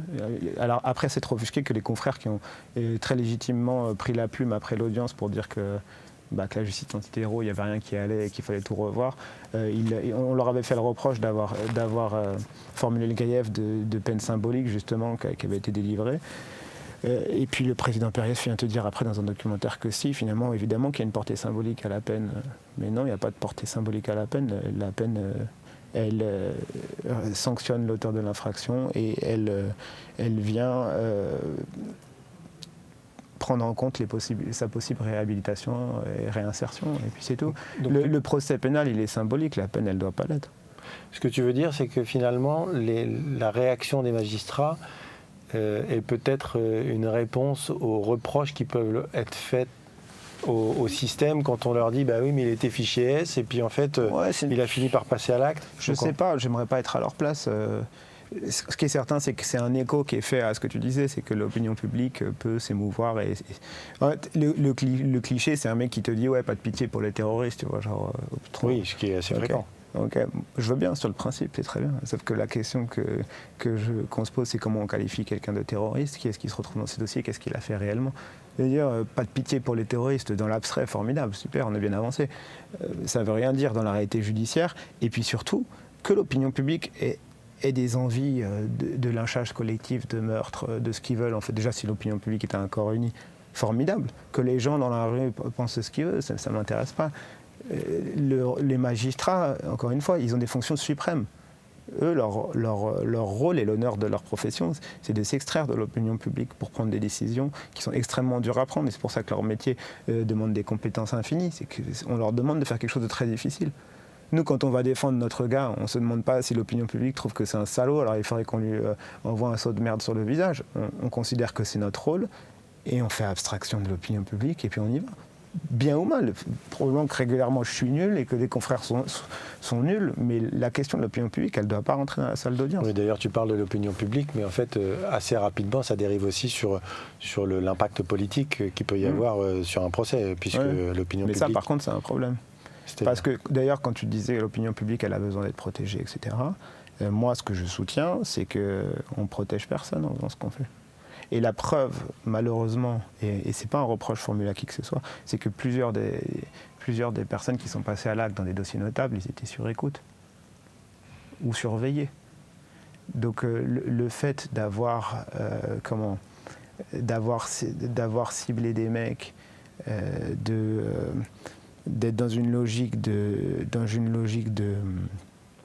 surveillance généralisée, tout ce que tu veux, dans une logique policière de préservation de la sécurité, ça ne prévient pas la survenance d'événements. Il y a évidemment plein d'attentats qui ont été évités, et fort heureusement, et il y en a qui ont eu lieu malgré tous les efforts qui ont été consentis. Ce n'est pas le rôle du magistrat de prévenir la société de toute forme de drame, en fait. C'est pas possible. C'est leur mettre une il est quand même censé écarter et éviter la récidive ou éviter ce genre de choses, non ? La récidive, ouais. Enfin, il est supposé prendre en compte l'éventualité de la récidive dans le prononcé de la peine. Mais aussi de préserver l'intérêt général, la sécurité publique, etc. Enfin, la société, c'est dans le texte, préserver la société. Protéger la société. Mais moi, la question que je pose, c'est est-ce que tu protèges la société quand tu condamnes à 30 ans de prison quelqu'un qui aurait pu comprendre sa peine, et la compréhension de la peine, c'est un élément important. L'acceptation de la peine, c'est un élément important dans la réinsertion. et la purger de manière possiblement productive, ce qui est quand même c'est pas la prison. La prison ne réhabilite pas. La prison, surtout dans le cadre du terrorisme, ce que tu disais tout à l'heure, c'est comprendre sa peine en tant que terroriste. J'imagine que c'est quelque chose qui est relativement antinomique. Si effectivement on a réellement en face de nous un terroriste. Déjà, encore une fois, c'est si tu as en face de toi un djihadiste, etc., convaincu, ce qui est vraiment très majoritairement pas le cas dans les dossiers terroristes. On en parlera après, effectivement, parce que c'est un sujet qu'on va aborder ensemble. Mais en fait, personne n'est insusceptible d'évoluer.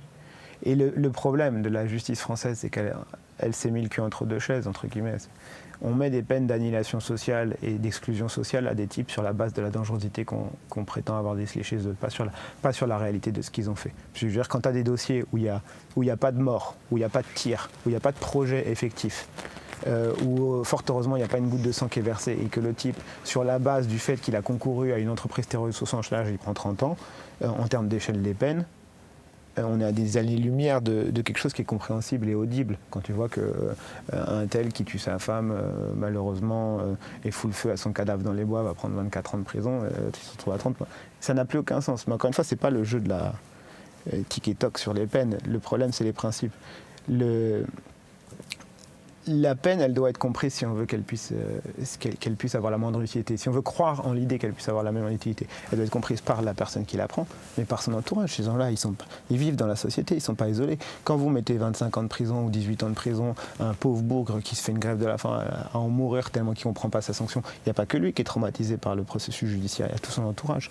Tout ça, ça crée des déflagrations dans la société qui ne veulent pas avoir. Ce que je veux dire, c'est que ça va avoir une incidence potentielle sur des actes futurs. Non, pas sur des actes. C'est pas la menace. Oh, vous avez traumatisé les gens dans les quartiers, ils vont faire du terrorisme. C'est qu'en fait, on diffuse de la justice une très mauvaise image et qu'on traumatise des familles entières. J'ai vu des gens en larmes à la sortie d'audience où les personnes mises en cause étaient des types qui avaient un boulot, une vie, une société, un entourage, oui, mais une famille. D'aucuns diront que si c'est des terroristes, c'était aussi ils diront ça, et puis légitime. je leur dirais que si jamais on avait appliqué le même standard probatoire à ces gars-là qu'à des personnes mises en cause dans des dossiers normaux, et ça pourrait être le cas de la personne qui me parlerait au comptoir, parce que celui de l'opinion publique qui va me dire pas de piquet pour les terroristes, il n'est pas à l'abri de se faire mettre en cause pour agression sexuelle ou autre, et lui il sera content à ce moment-là qu'on ait un standard de la preuve exigeant. Donc si on fait ça, si on accepte, enfin quand on maltraite judiciairement les gens, on ne maltraite pas que les gens qui sont condamnés, on maltraite tout leur entourage. Déjà, faut que les gens arrivent à le comprendre. Et de deux, en fait, on est en France, on n'est pas aux États-Unis. Donc ces gars-là ne disparaissent pas. Je veux dire, on peut foncer tête baissée dans un système complètement totalitaire où on met des 500 ans de prison à tout le monde, où on réhabilite la peine de mort. On a vu ce que ça a donné, c'était formidable, ça a très bien marché. D'ailleurs, ça marche tellement bien aux États-Unis, qui est le pays le plus criminogène de tout le bloc occidental, alors que c'est le plus répressif. Donc on peut, si la société veut ça, si la démocratie nous amène par là, allons-y très bien. Mais aujourd'hui, on a quand même un système qui a encore des vertus, et donc on ne tue pas les personnes qu'on condamne, fort heureusement. Donc ils disparaissent pas. Et le problème de quelqu'un qui est victime d'une peine qu'il estimera injuste à l'issue d'un processus judiciaire injuste et qui ne disparaît pas, c'est qu'il continue d'exister. Il va avoir un pouvoir de nuisance, c'est ça que tu veux dire ?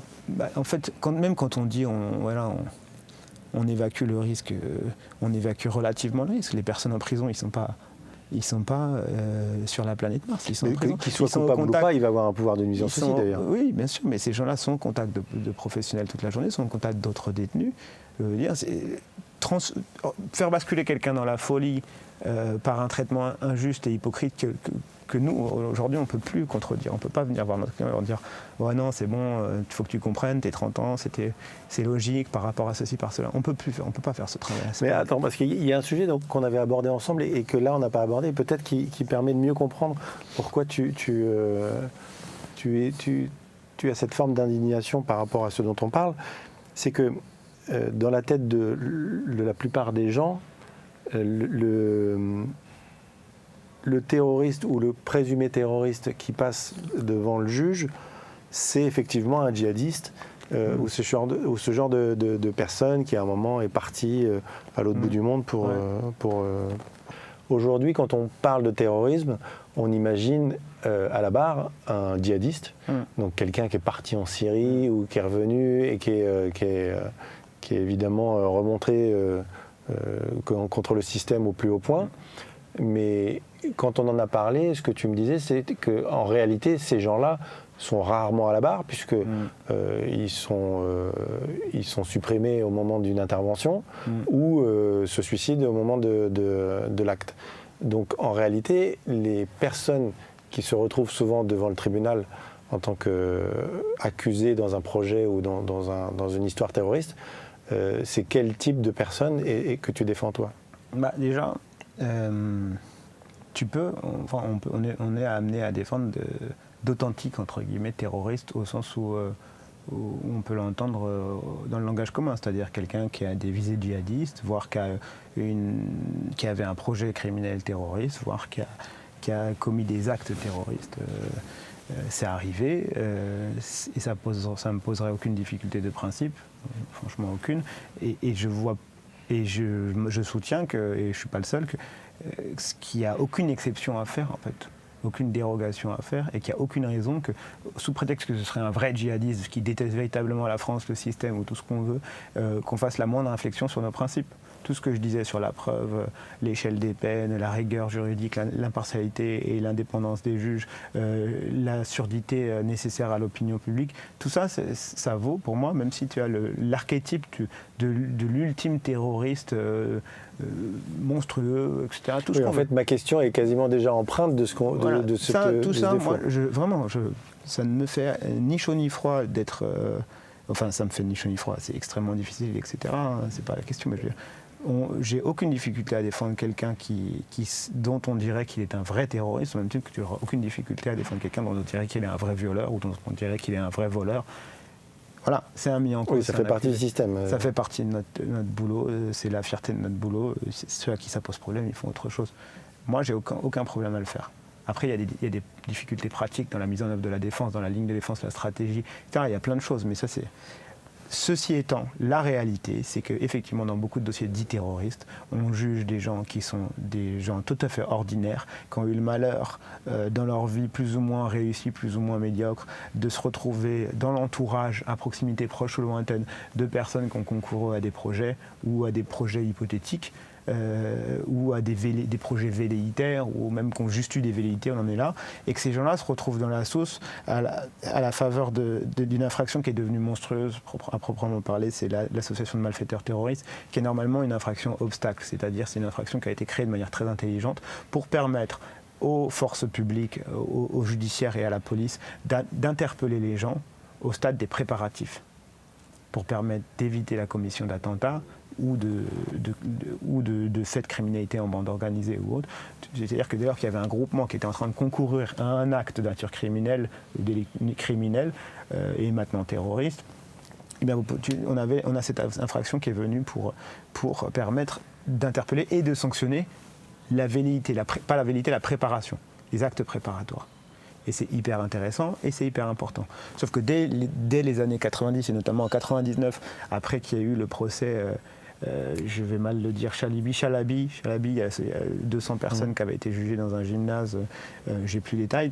Tu as la Fédération internationale des droits de l'homme qui avait produit un rapport et qui, moi, m'avait été communiqué par Raphaël Kempf, notre excellent confrère. Je ne vais pas lui piquer la paternité de ce truc-là.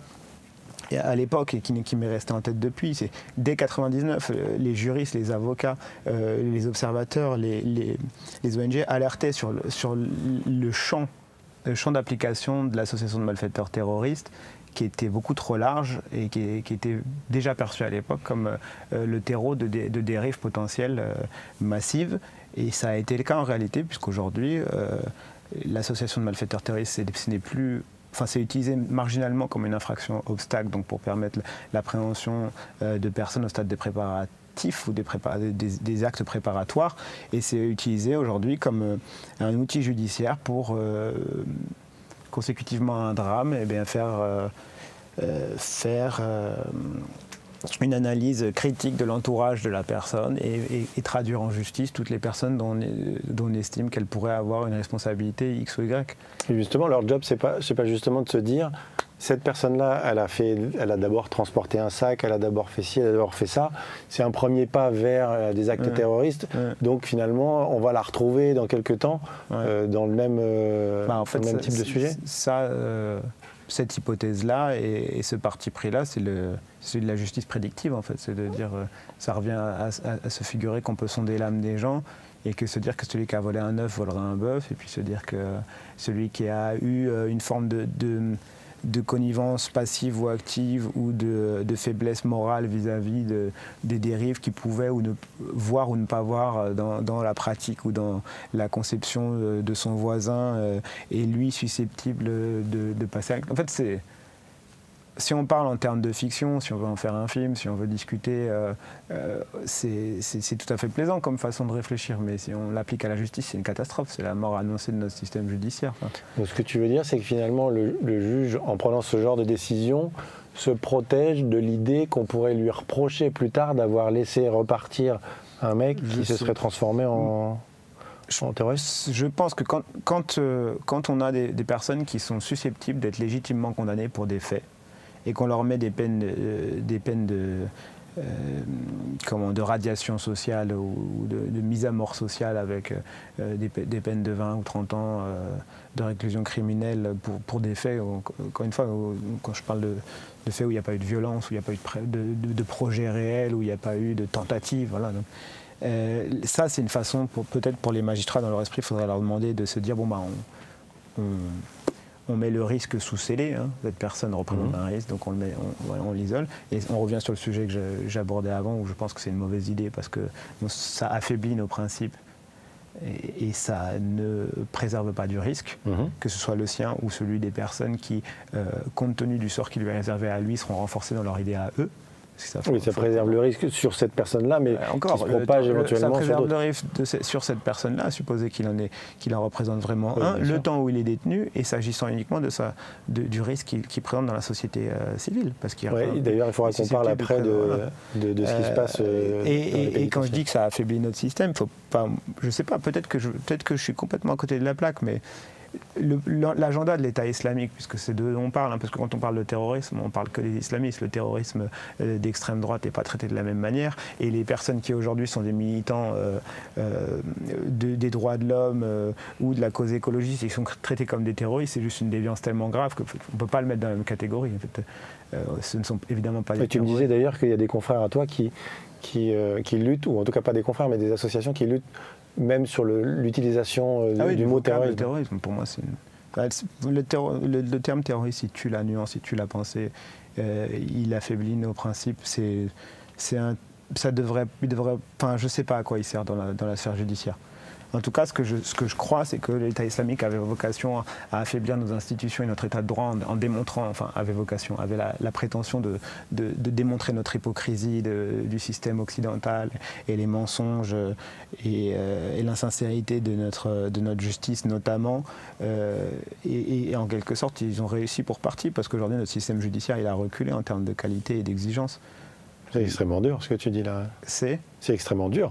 C'est ce que je pense. Mais fort heureusement, ils n'ont pas gagné la guerre qu'ils avaient l'intention de mener. Ils n'ont pas gagné, leur projet n'a pas été mené à bien. Mais quand la justice se rétracte, quand on perd en droit au profit de la prétendue sécurité, dont on ne sait toujours pas si on l'a obtenue, et que de toute façon on ne devrait pas rechercher de manière aussi obsessionnelle, eh bien, on met un pied dans le chemin qu'eux avaient tracé.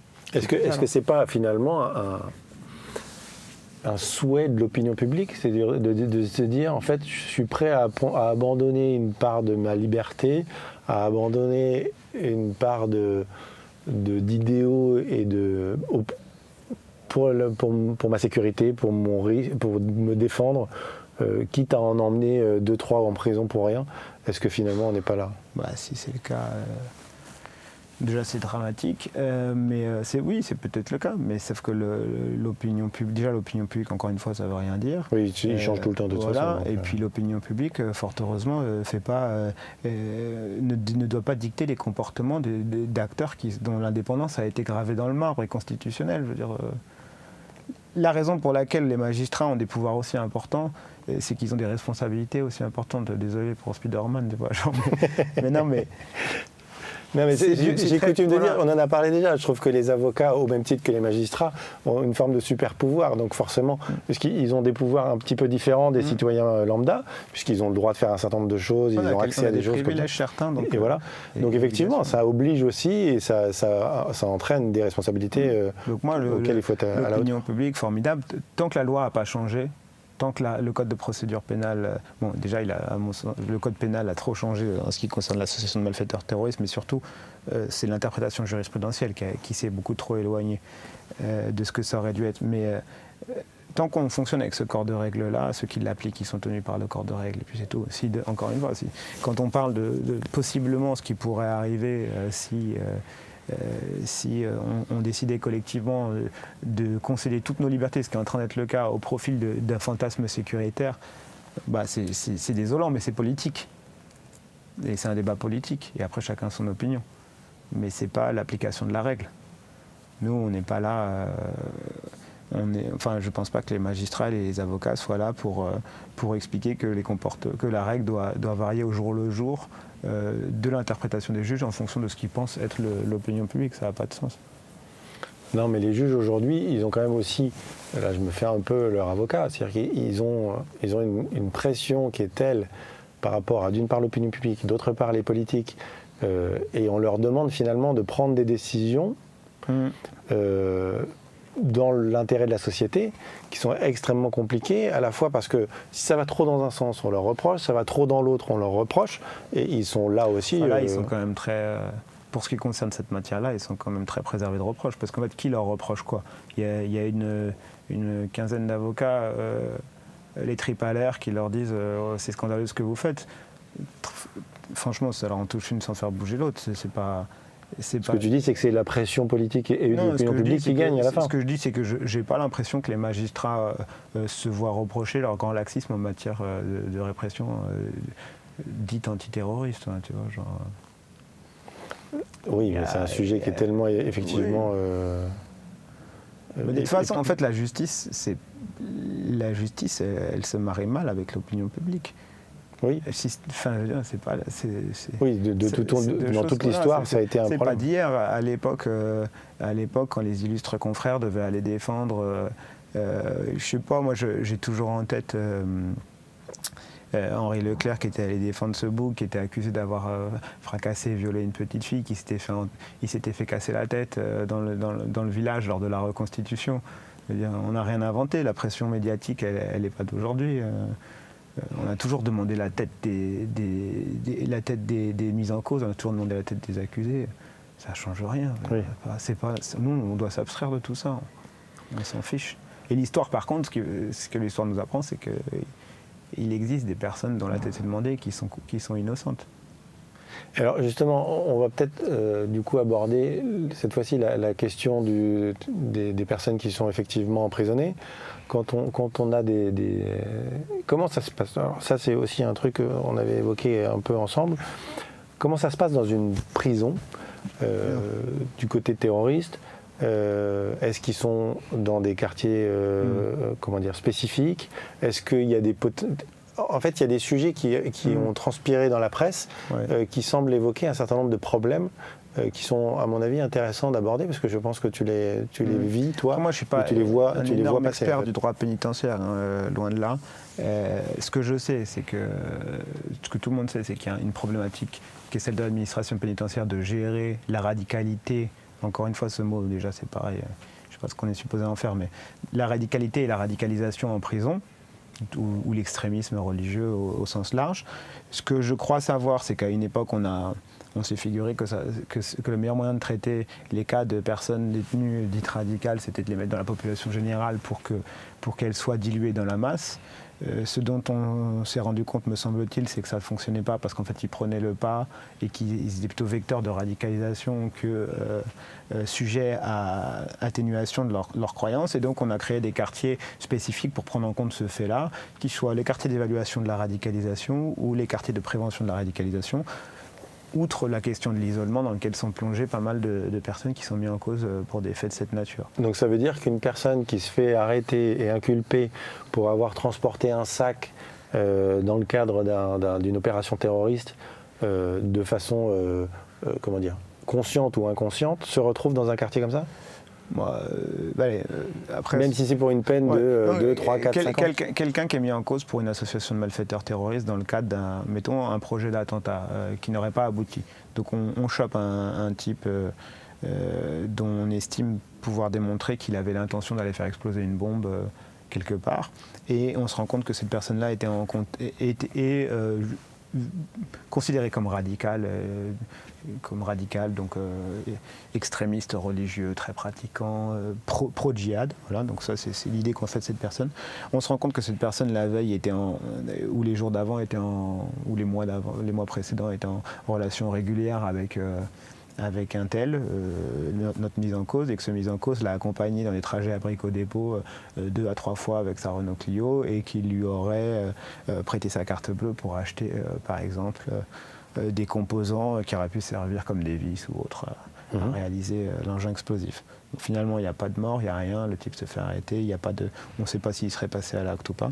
Mais notre gars qui va se retrouver en association de malfaiteurs terroristes, oui, il va être mis en cause, il va être placé à l'isolement si le dossier est un peu sensible, ou alors de toute façon envoyé dans les quartiers de prévention de la radicalisation, ou d'évaluation de la radicalisation, plus de prévention de la radicalisation. Il y a tout un cheminement qui est opéré, et il a de toutes les chances de passer sa détention avec uniquement des détenus qui sont mis en cause pour des faits analogues. Ils appellent ça les IST. Et ces gens-là, ils sortent un jour? Oui, bien sûr. Donc, enfin, sortent un jour. Ceux qui prennent perpète ne sortent pas nécessairement, il faut bien non, mais je veux dire, non, mais vraiment, parce qu'on dit... on ne prend pas perpète parce qu'on a emmené quelqu'un chez Brico-Dépôt. Mais là aujourd'hui, tu peux prendre 30 ans pour l'association de malfaiteurs terroristes. Donc le mec qui emmène quelqu'un chez Brico-Dépôt pour... Celui dont on estime qu'il avait connaissance de la radicalité de l'autre, qui lui-même s'est livré à une tentative ou un projet, parce que dans mon hypothèse, il n'y a pas de tentative, un projet de destruction par bombe DATP, celui dont on pense qu'il connaissait la radicalité de celui-ci et qu'il l'a aidé à concourir à des actes, ne pouvant ignorer que celui-ci était susceptible de passer à l'acte, oui, il a encore 30 ans aujourd'hui. Et il les prend dans le... Non, franchement pas. Celui-là, dans mon gars imaginaire, non, mais, oui. Il prend pas 30 ans, mais si demain son ami passe effectivement à l'acte et se retrouve à commettre un carnage, et que lui, en fait, son tort, c'est d'avoir, comme il l'a toujours fait avec celui-ci, parce que celui-là, en fait, c'était son cousin et qu'il lui rendait toujours service, etc., d'avoir acheté avec lui du matériel dont il n'a pas trop demandé à quoi ça pourrait servir, en connaissance de cause que lui était en train de virer de bord un petit peu, oui, il peut prendre 30 ans, enfin, il peut prendre 20 ans. Je sais pas, il faudrait demander au magistrat comment. Ah oui, donc ça peut être effectivement assez dur. Non, mais il y a des jurisprudences monstrueuses. Aujourd'hui, c'est ce que je voulais dire sur l'association de malfaiteurs terroristes, elle est utilisée pour faire l'exégèse de situations après coup. Donc il y a un fou furieux ou un déterminé ou un djihadiste ou un malade mental ou un opportuniste, peu importe, qui fait quelque chose d'odieux, qui passe à l'acte. Soit malheureusement il y arrive et donc il entraîne des victimes, soit il échoue, et dans tous les cas il a quand même 9 chances sur 10 de manger entre 1 ou 30 balles des forces de l'ordre. Et c'est généralement leur destin. Enfin, c'est ce qui se passe dans la grande majorité des cas quand même. Il y a très peu de personnes qui ont été en France mêlées à des actions directement et qui en sont ressorties. Donc si l'auteur principal est mort, on a les victimes, le traumatisme, le besoin de réponse, la pression politique dont tu parlais, l'opinion publique, etc. Et on a besoin de faire un procès et de trouver, de punir, de sanctionner, de réprimer, de démanteler. Alors, là-dessus, la justice antiterroriste, elle va appliquer le calque qu'elle a créé quand il s'agissait d'évoquer les événements de 2014, 2015, 2016 avec les cellules projetées, les opérations projetées, tout ce vocable qu'ils connaissent très bien, avec des commanditaires, etc. Et puis on se rend compte que sur les événements beaucoup plus récents, ça n'a plus aucun sens parce qu'il n'y a plus de commanditaires, ils se sont tous fait bomber là-bas et c'est le destin qu'ils ont choisi. Il n'y a plus de... Donc il n'y a plus que des fameux loups solitaires. Il n'y a plus que des entourages. Il y a des entourages. Et donc dans cet entourage, il y a celui qui regardait des vidéos avec lui, celui qui a eu des conversations, il disait ah ouais effectivement les frères, le djihad, l'État islamique, ceci, cela, l'adolescent, il y a celui qui lui a prêté sa bagnole un peu trop souvent, puis on ne sait pas trop pourquoi. Il y a celui qui parce qu'en fait il était dealer dans une cité, lui a vendu un flingue, enfin pas dealer, pardon, celui qui vend un flingue, parce qu'il avait une vie de quartier dans laquelle il y a l'illicite qui transpire toujours avec le licite, lui a vendu un pistolet sans poser de questions. Tous ces gens-là vont se retrouver là-dedans et on va présumer qu'ils ne pouvaient ignorer qu'eux et on les met dans des procédures qui les dépassent complètement. Et ça ne veut pas dire que tous ces gens-là n'ont aucune forme de responsabilité ou quoi, c'est pas, tu sais, c'est pas... Le problème, c'est qu'on a appliqué un calque avec une espèce de conviction absolue de la justice antiterroriste d'avoir tout compris, de pouvoir apporter les réponses et de protéger la société. Et ça ne fonctionne pas. Ça fonctionne pas. Et on se retrouve avec des gens qui encourent des peines qui sont monstrueuses, colossales, considérables, pour des actes matériels qui sont parfois insignifiants. Enfin, il faut bien le dire, tu vois.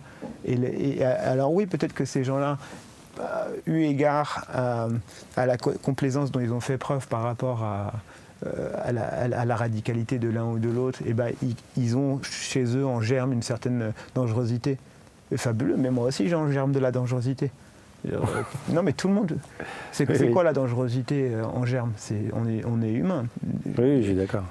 Tu connais vraiment beaucoup de personnes qui sont insusceptibles de tuer, insusceptibles de créer du dégât, on n'en sait rien. C'est complètement fantasmatique. Ouais, j'en sais rien. En fait, peut-être qu'il y a aussi le prisme de l'avocat qui voit justement ce genre de choses tous les jours. Les gens qui tuent ou qui violent ou qui se retrouvent victimes ou auteurs, pour beaucoup... ont eu toute une partie de leur vie où ils étaient des gens ordinaires, puis ça change. Puis le gars, tu sais, l'espèce de petit pervers monstrueux qui écrasait les fourmis, puis qui découpait les souris, puis qui achemenu les lézards, puis qui pousse son petit frère de la chaise, etc., comme dans les films, dont on sait que forcément ça va devenir Oui, c'est le psychopathe. Voilà, celui-là, c'est combien de personnes Et du coup, ça nous amène, je pense, pour terminer cet échange, à la question de la réhabilitation et la question de comment aborder la punition, ou en tout cas ce qui est censé servir à réhabiliter parce que extraire c'est une chose, mais après on ne peut pas garder les gens pendant 30 ans tous en prison, il faut les faire ressortir. Donc est-ce que toi aujourd'hui tu as une opinion là-dessus, ou au contraire en fait, tu ne sais pas. Franchement, je me garderais bien de leur donner des leçons, parce que pour le coup, là, c'est vraiment compliqué. Une fois que l'administration pénitentiaire, elle récupère les gens, elle n'a pas la moindre prise sur la sanction qu'il leur est attribuée. Sauf peut-être au moment où des décisions sont prises en termes de placement ou non à l'isolement, où là, ça peut être un peu dommageable, parce qu'on ne permet pas aux gens de faire la preuve qu'ils sont compatibles en fait avec la détention. Donc on les isole par principe, ils y restent à l'isolement par principe, et ensuite quand ils viennent pour être jugés, on dit vous avez l'air un peu asocial, mais ça fait 5 ans qu'il a vu personne, le mec. Donc, bon. Parce qu'on peut mettre quelqu'un à l'isolement pendant 5 ans. J'ai un client, ça fait ça va faire 7 ans. À l'isolement depuis 7 ans 6 ans et demi. Avant d'avoir été jugé? Il a été jugé pour la première fois il y a quelques mois, donc il avait déjà fait avec certitude plus de 5 ans d'isolement avant d'être jugé, 6 ans. Ah oui, ça j'avais entre 5 et 6. Ouais. On a contesté, on a obtenu des annulations de ces isolements, ça n'empêche pas les gens de le prolonger. Donc pour revenir à notre sujet. Donc bon courage à eux pour régler le problème. Ce qui est certain, c'est que c'est pas, à mon avis, en appliquant sur ces gens une lecture faite de présomption de présupposer qu'on s'en sort. C'est pas possible. Les personnes qui sont condamnées dans des dossiers de cette nature, ils ont autant de différences les uns entre les autres, autant de spécificité, autant d'humanité, autant de richesse ou non intellectuelle que les personnes qui sont condamnées dans les autres dossiers, tout simplement. Et d'ailleurs, quand je vais au quartier d'isolement ou au QPR de telle ou telle détention et que je parle avec les surveillants avant, je leur dis ça se passe bien avec un tel, ça se passe bien avec un tel, et bien surprise, avec celui-ci ça se passe très bien parce que c'est une bonne patte et qu'il n'y a pas de problème. Avec celui-là, il est à moitié complotiste, ça se passe un peu moins bien. Avec celui-ci, il est juste impoli, lui il est ronchon, et voilà, en fait, c'est ça. Donc, alors qu'ils sont accusés plus ou moins de la même chose, quoi, c'est ça que tu veux dire? Alors qu'ils sont dans le champ, ce champ qui est infini de ces dossiers terroristes, voilà. Mais c'est pareil pour les autres types de détenus. Après, c'est l'individualité de chacun. Donc, pour la réhabilitation, ce que je pense être utile, c'est en premier lieu d'arrêter de leur appliquer un traitement judiciaire à ce point différencié. parce que comme ça les ramènera à la communauté d'intérêt qu'ils ont avec les autres. Aujourd'hui, ils sont traités comme des Oui, comme tu des disais tout à l'heure qui contaminent les autres finalement. Ils sont traités comme des personnes hors normes. Donc comment voudrait-on qu'ils se fondent dans la détention comme n'importe qui? On leur applique un traitement d'exception. Donc ils sont des détenus d'exception. Donc peut-être qu'il faudrait reconsidérer ça. Ensuite, pour les QPR, les QER, beaucoup de boulot, ça dépend vraiment des mecs. Un gars qui est fondamentalement djihadiste... Attends, pardon, QPR, QER, moi je connais les pas. quartiers de prévention, d'évaluation de la radicalisation. Bon, c'est compliqué, moi je ne suis pas assez souvent pour dire si ce qu'ils font, j'espère qu'ils ont des résultats. Ce qui est certain, c'est que les gens évoluent. Moi j'ai un client, j'ai vu pas plus tard qu'hier, il a été impliqué dans une affaire très grave, il fait tout ce qu'il peut pour s'en sortir et il passe ses diplômes. C'est quelqu'un qui humainement, par ailleurs, est agréable, enfin je veux dire, il est reconnaissant, il est poli, il est sympa, donc ça dépend des uns et des autres. Mais voilà, si tu as un gars qui est un vrai djihadiste convaincu, qui a ça dans les veines, et qui est contre le système, et qui en veut à la terre entière et qui veut mener une croisade, je ne suis pas sûr qu'on ait les outils pour le désamorcer comme ça en claquant des doigts. Maintenant, ce gars-là, s'il existe, je pense qu'on en connaît, mais si ce mec-là, hypothétique, veut véritablement faire quelque chose, s'il était déterminé à ce point-là, s'il voulait à ce point tuer, s'il voulait à ce point s'en prendre à tout le monde, il peut s'en prendre tous les jours malheureusement à ses co-détenus, aux gardiens, au tenter des choses. Peut-être aussi qu'il faudrait qu'on arrive à dissocier ce qui anime intellectuellement ces personnes-là, le fantasme qu'ils peuvent avoir d'une forme d'absolu et la réalité de ce qu'ils font de leur journée. Ça me fait rebondir, on en avait plus ou moins parlé, sur cette image ou cette vidéo que beaucoup de monde a sûrement vue, où on voit justement une femme qui a l'air plutôt jeune, mais qui est complètement sous cette espèce de tunique où il y a, alors je ne sais plus comment elle s'appelle exactement, mais où on ne voit vraiment strictement que ses yeux, et qui explique, mais moi je comprends, moi je suis venu ici pour l'aventure, etc. On me considère comme une paria. Quelqu'un dans les camps. Oui, c'est ça. Une femme dans les camps. Ouais. Qu'est-ce qu'on fait de ces gens-là quand ils reviennent ou quand ils souhaitent revenir? Déjà, moi j'ai pas. Oui, j'imagine que j'ai pas été mandaté par des familles ou quoi concernant des revenants. Je sais qu'il y a des consoeurs et des confrères qui le font énormément très bien et qui, déjà à l'évidence, tout ce qui touche aux enfants, il faut les rapatrier. Que ce n'est pas encore été achevé aujourd'hui, si c'est pas achevé, parce qu'il y a eu un mouvement quand même, c'est juste une aberration intellectuelle. C'est une catastrophe de les avoir laissés aussi longtemps là-bas. C'est un déni de réalité de l'État français et de la société française de manière générale de ne pas accepter l'idée que les personnes qui sont nées et qui ont grandi sur notre sol aient pris ce chemin-là, en fait.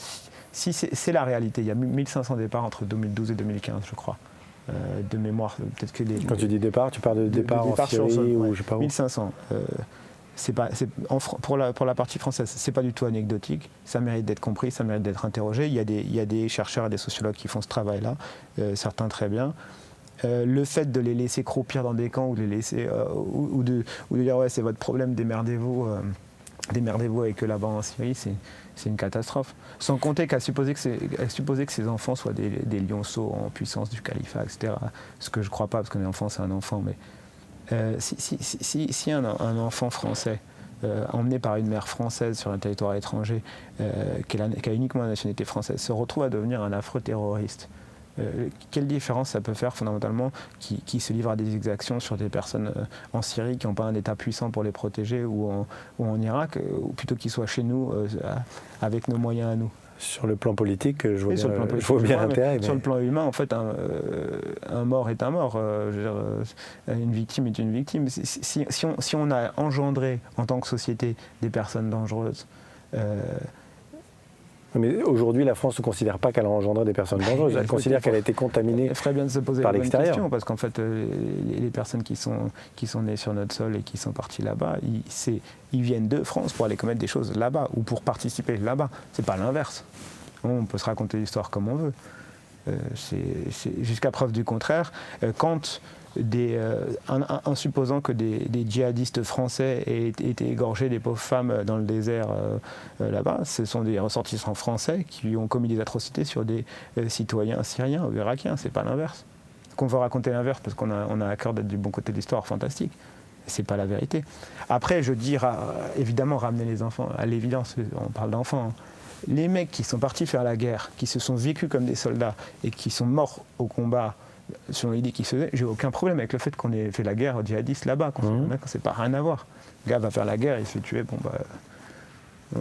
Non, ce dont on parle, c'est plutôt les femmes ou les femmes qui veulent revenir. Les femmes majeures. Je ne sais plus ce qui est prévu aujourd'hui. Il y a des rapatriements, c'est compliqué. Elles arrivent, elles sont suivies, elles sont interrogées, elles sont sous surveillance. Enfin, je veux dire, il y a tout un arsenal. C'est extrêmement compliqué. Mais elles finissent en prison ou pas? Oui, la plupart sont condamnés. De toute façon, le chemin de la compréhension de ce phénomène, c'est pas de le rejeter loin, de mettre le sable sous le tapis et de ne pas regarder. C'est de regarder droit dans les yeux ce qu'on a contribué à créer ce phénomène ou à l'entretenir. Enfin, il vient de chez nous aussi. Il faut accepter ça. Demain, on ne va pas se mettre à prendre tous les pédophiles qu'on trouve, à les envoyer en Malaisie en disant c'est pas notre problème, cassez-vous. Si vous êtes parti là-bas, vous ne revenez jamais. Je veux dire, on a compétence judiciairement, juridiquement, légalement, on a compétence pour juger ces gens-là. Donc faisons-le. Acceptons d'ouvrir les boîtes, regardons ce qu'il y a à l'intérieur, posons-nous les bonnes questions. Avant de terminer cet entretien, aujourd'hui, tu évolues dans cet environnement.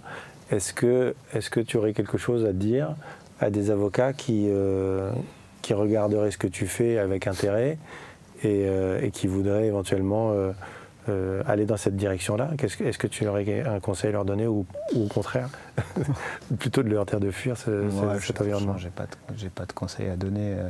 Moi, je ne regrette pas une seconde. Franchement, je laisse un bout de mon intellect, de mon âme. C'est compliqué d'être confronté à un mur tel, d'être à ce point inutile. C'est la réalité. Quand on dit t'inquiète pas Nino, t'avais pas de marge de manœuvre, ça veut dire ce que ça veut dire, et que pour partir on sert à rien. C'est compliqué d'accepter de vivre des décisions alors qu'on était convaincu que la vérité était ailleurs. Mais voilà, c'est une incroyable exigence. C'est passionnant. Par contre, on y reste des plumes. Il n'y a que des plumes à perdre. Je ne sais pas la raison pour laquelle on fait ça. Franchement, moi, je l'ai déjà plaidé. Ça relève de la foi, malheureusement. Enfin, c'est ça qui m'intéresse aussi. C'est que l'énergie qu'on y met, ça relève de la foi, dans la croyance que la justice peut faire aboutir à quelque chose de moins médiocre quand tout le monde combine ses compétences et quand chacun remplit son rôle. Ça, c'est un acte de foi. Ce que je crois constater, c'est que le plus souvent, on n'aboutit pas au mieux, on aboutit à du médiocre. Moi, mon rêve, c'est que ces procès aboutissent à des beaux moments. Et il y en a eu, il y en a eu des super moments. Il y a des gens qui sont pris dans les bras. Il y a eu des moments formidables. Et pour terminer sur des choses un peu positives, tu as des exemples de choses comme ça? Non, j'ai en mémoire. Dans ces dossiers-là, il y a quand même. Quand on défend les personnes qui sont les principales mises en cause, c'est un enfer. Il n'y a pas de marge de manœuvre. Ça ne fonctionne pas. Maintenant, fort heureusement, dans les personnes qui sont mises en cause de manière accessoire, il y a encore des décisions qui tombent et qui sont positives, qui sont le reflet de la vérité du dossier. Moi, j'ai en mémoire un jeune mec qui était infirmier, je crois, ou qui travaillait dans un hôpital, et qui avait été admirablement défendu par Sophie Régascon, qui l'avait défendu de manière splendide. C'était incroyablement émouvant, qui avait été acquitté. Et au moment de l'acquittement, légitimement évidemment, il était acquitté en appel, il aurait dû être acquitté avant, mais c'est affaissé comme ça, elle posait la main sur l'épaule, et c'était magnifique, franchement c'était magnifique, il a fait un travail magnifique, et lui, c'était un soulagement pour tout le monde qu'il soit acquitté, il n'avait rien à faire là. Et ce gars-là, le soir, s'est retrouvé avec nous au restaurant pour célébrer la fin du procès avec les parties civiles, avec la famille de la victime qui, à la sortie de l'audience, l'avait pris dans les bras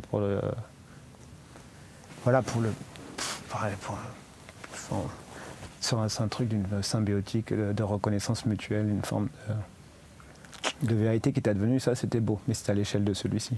Oui, en fait, c'est ça que tu voudrais qu'il se passe, en tout cas pas forcément issu, mais en tout cas, le fait que... Véritablement, ouais, un gars qui a commis le pire des crimes et qui prend le pire des sanctions, ça ne m'empêche pas de dormir la nuit, tu vois, c'est pas... Oui. Bon. Ce qui me heurte, c'est l'insincérité et l'hypocrisie et le double standard, ça me rend malade. Ok, Nino Arnaud, merci. Merci à toi.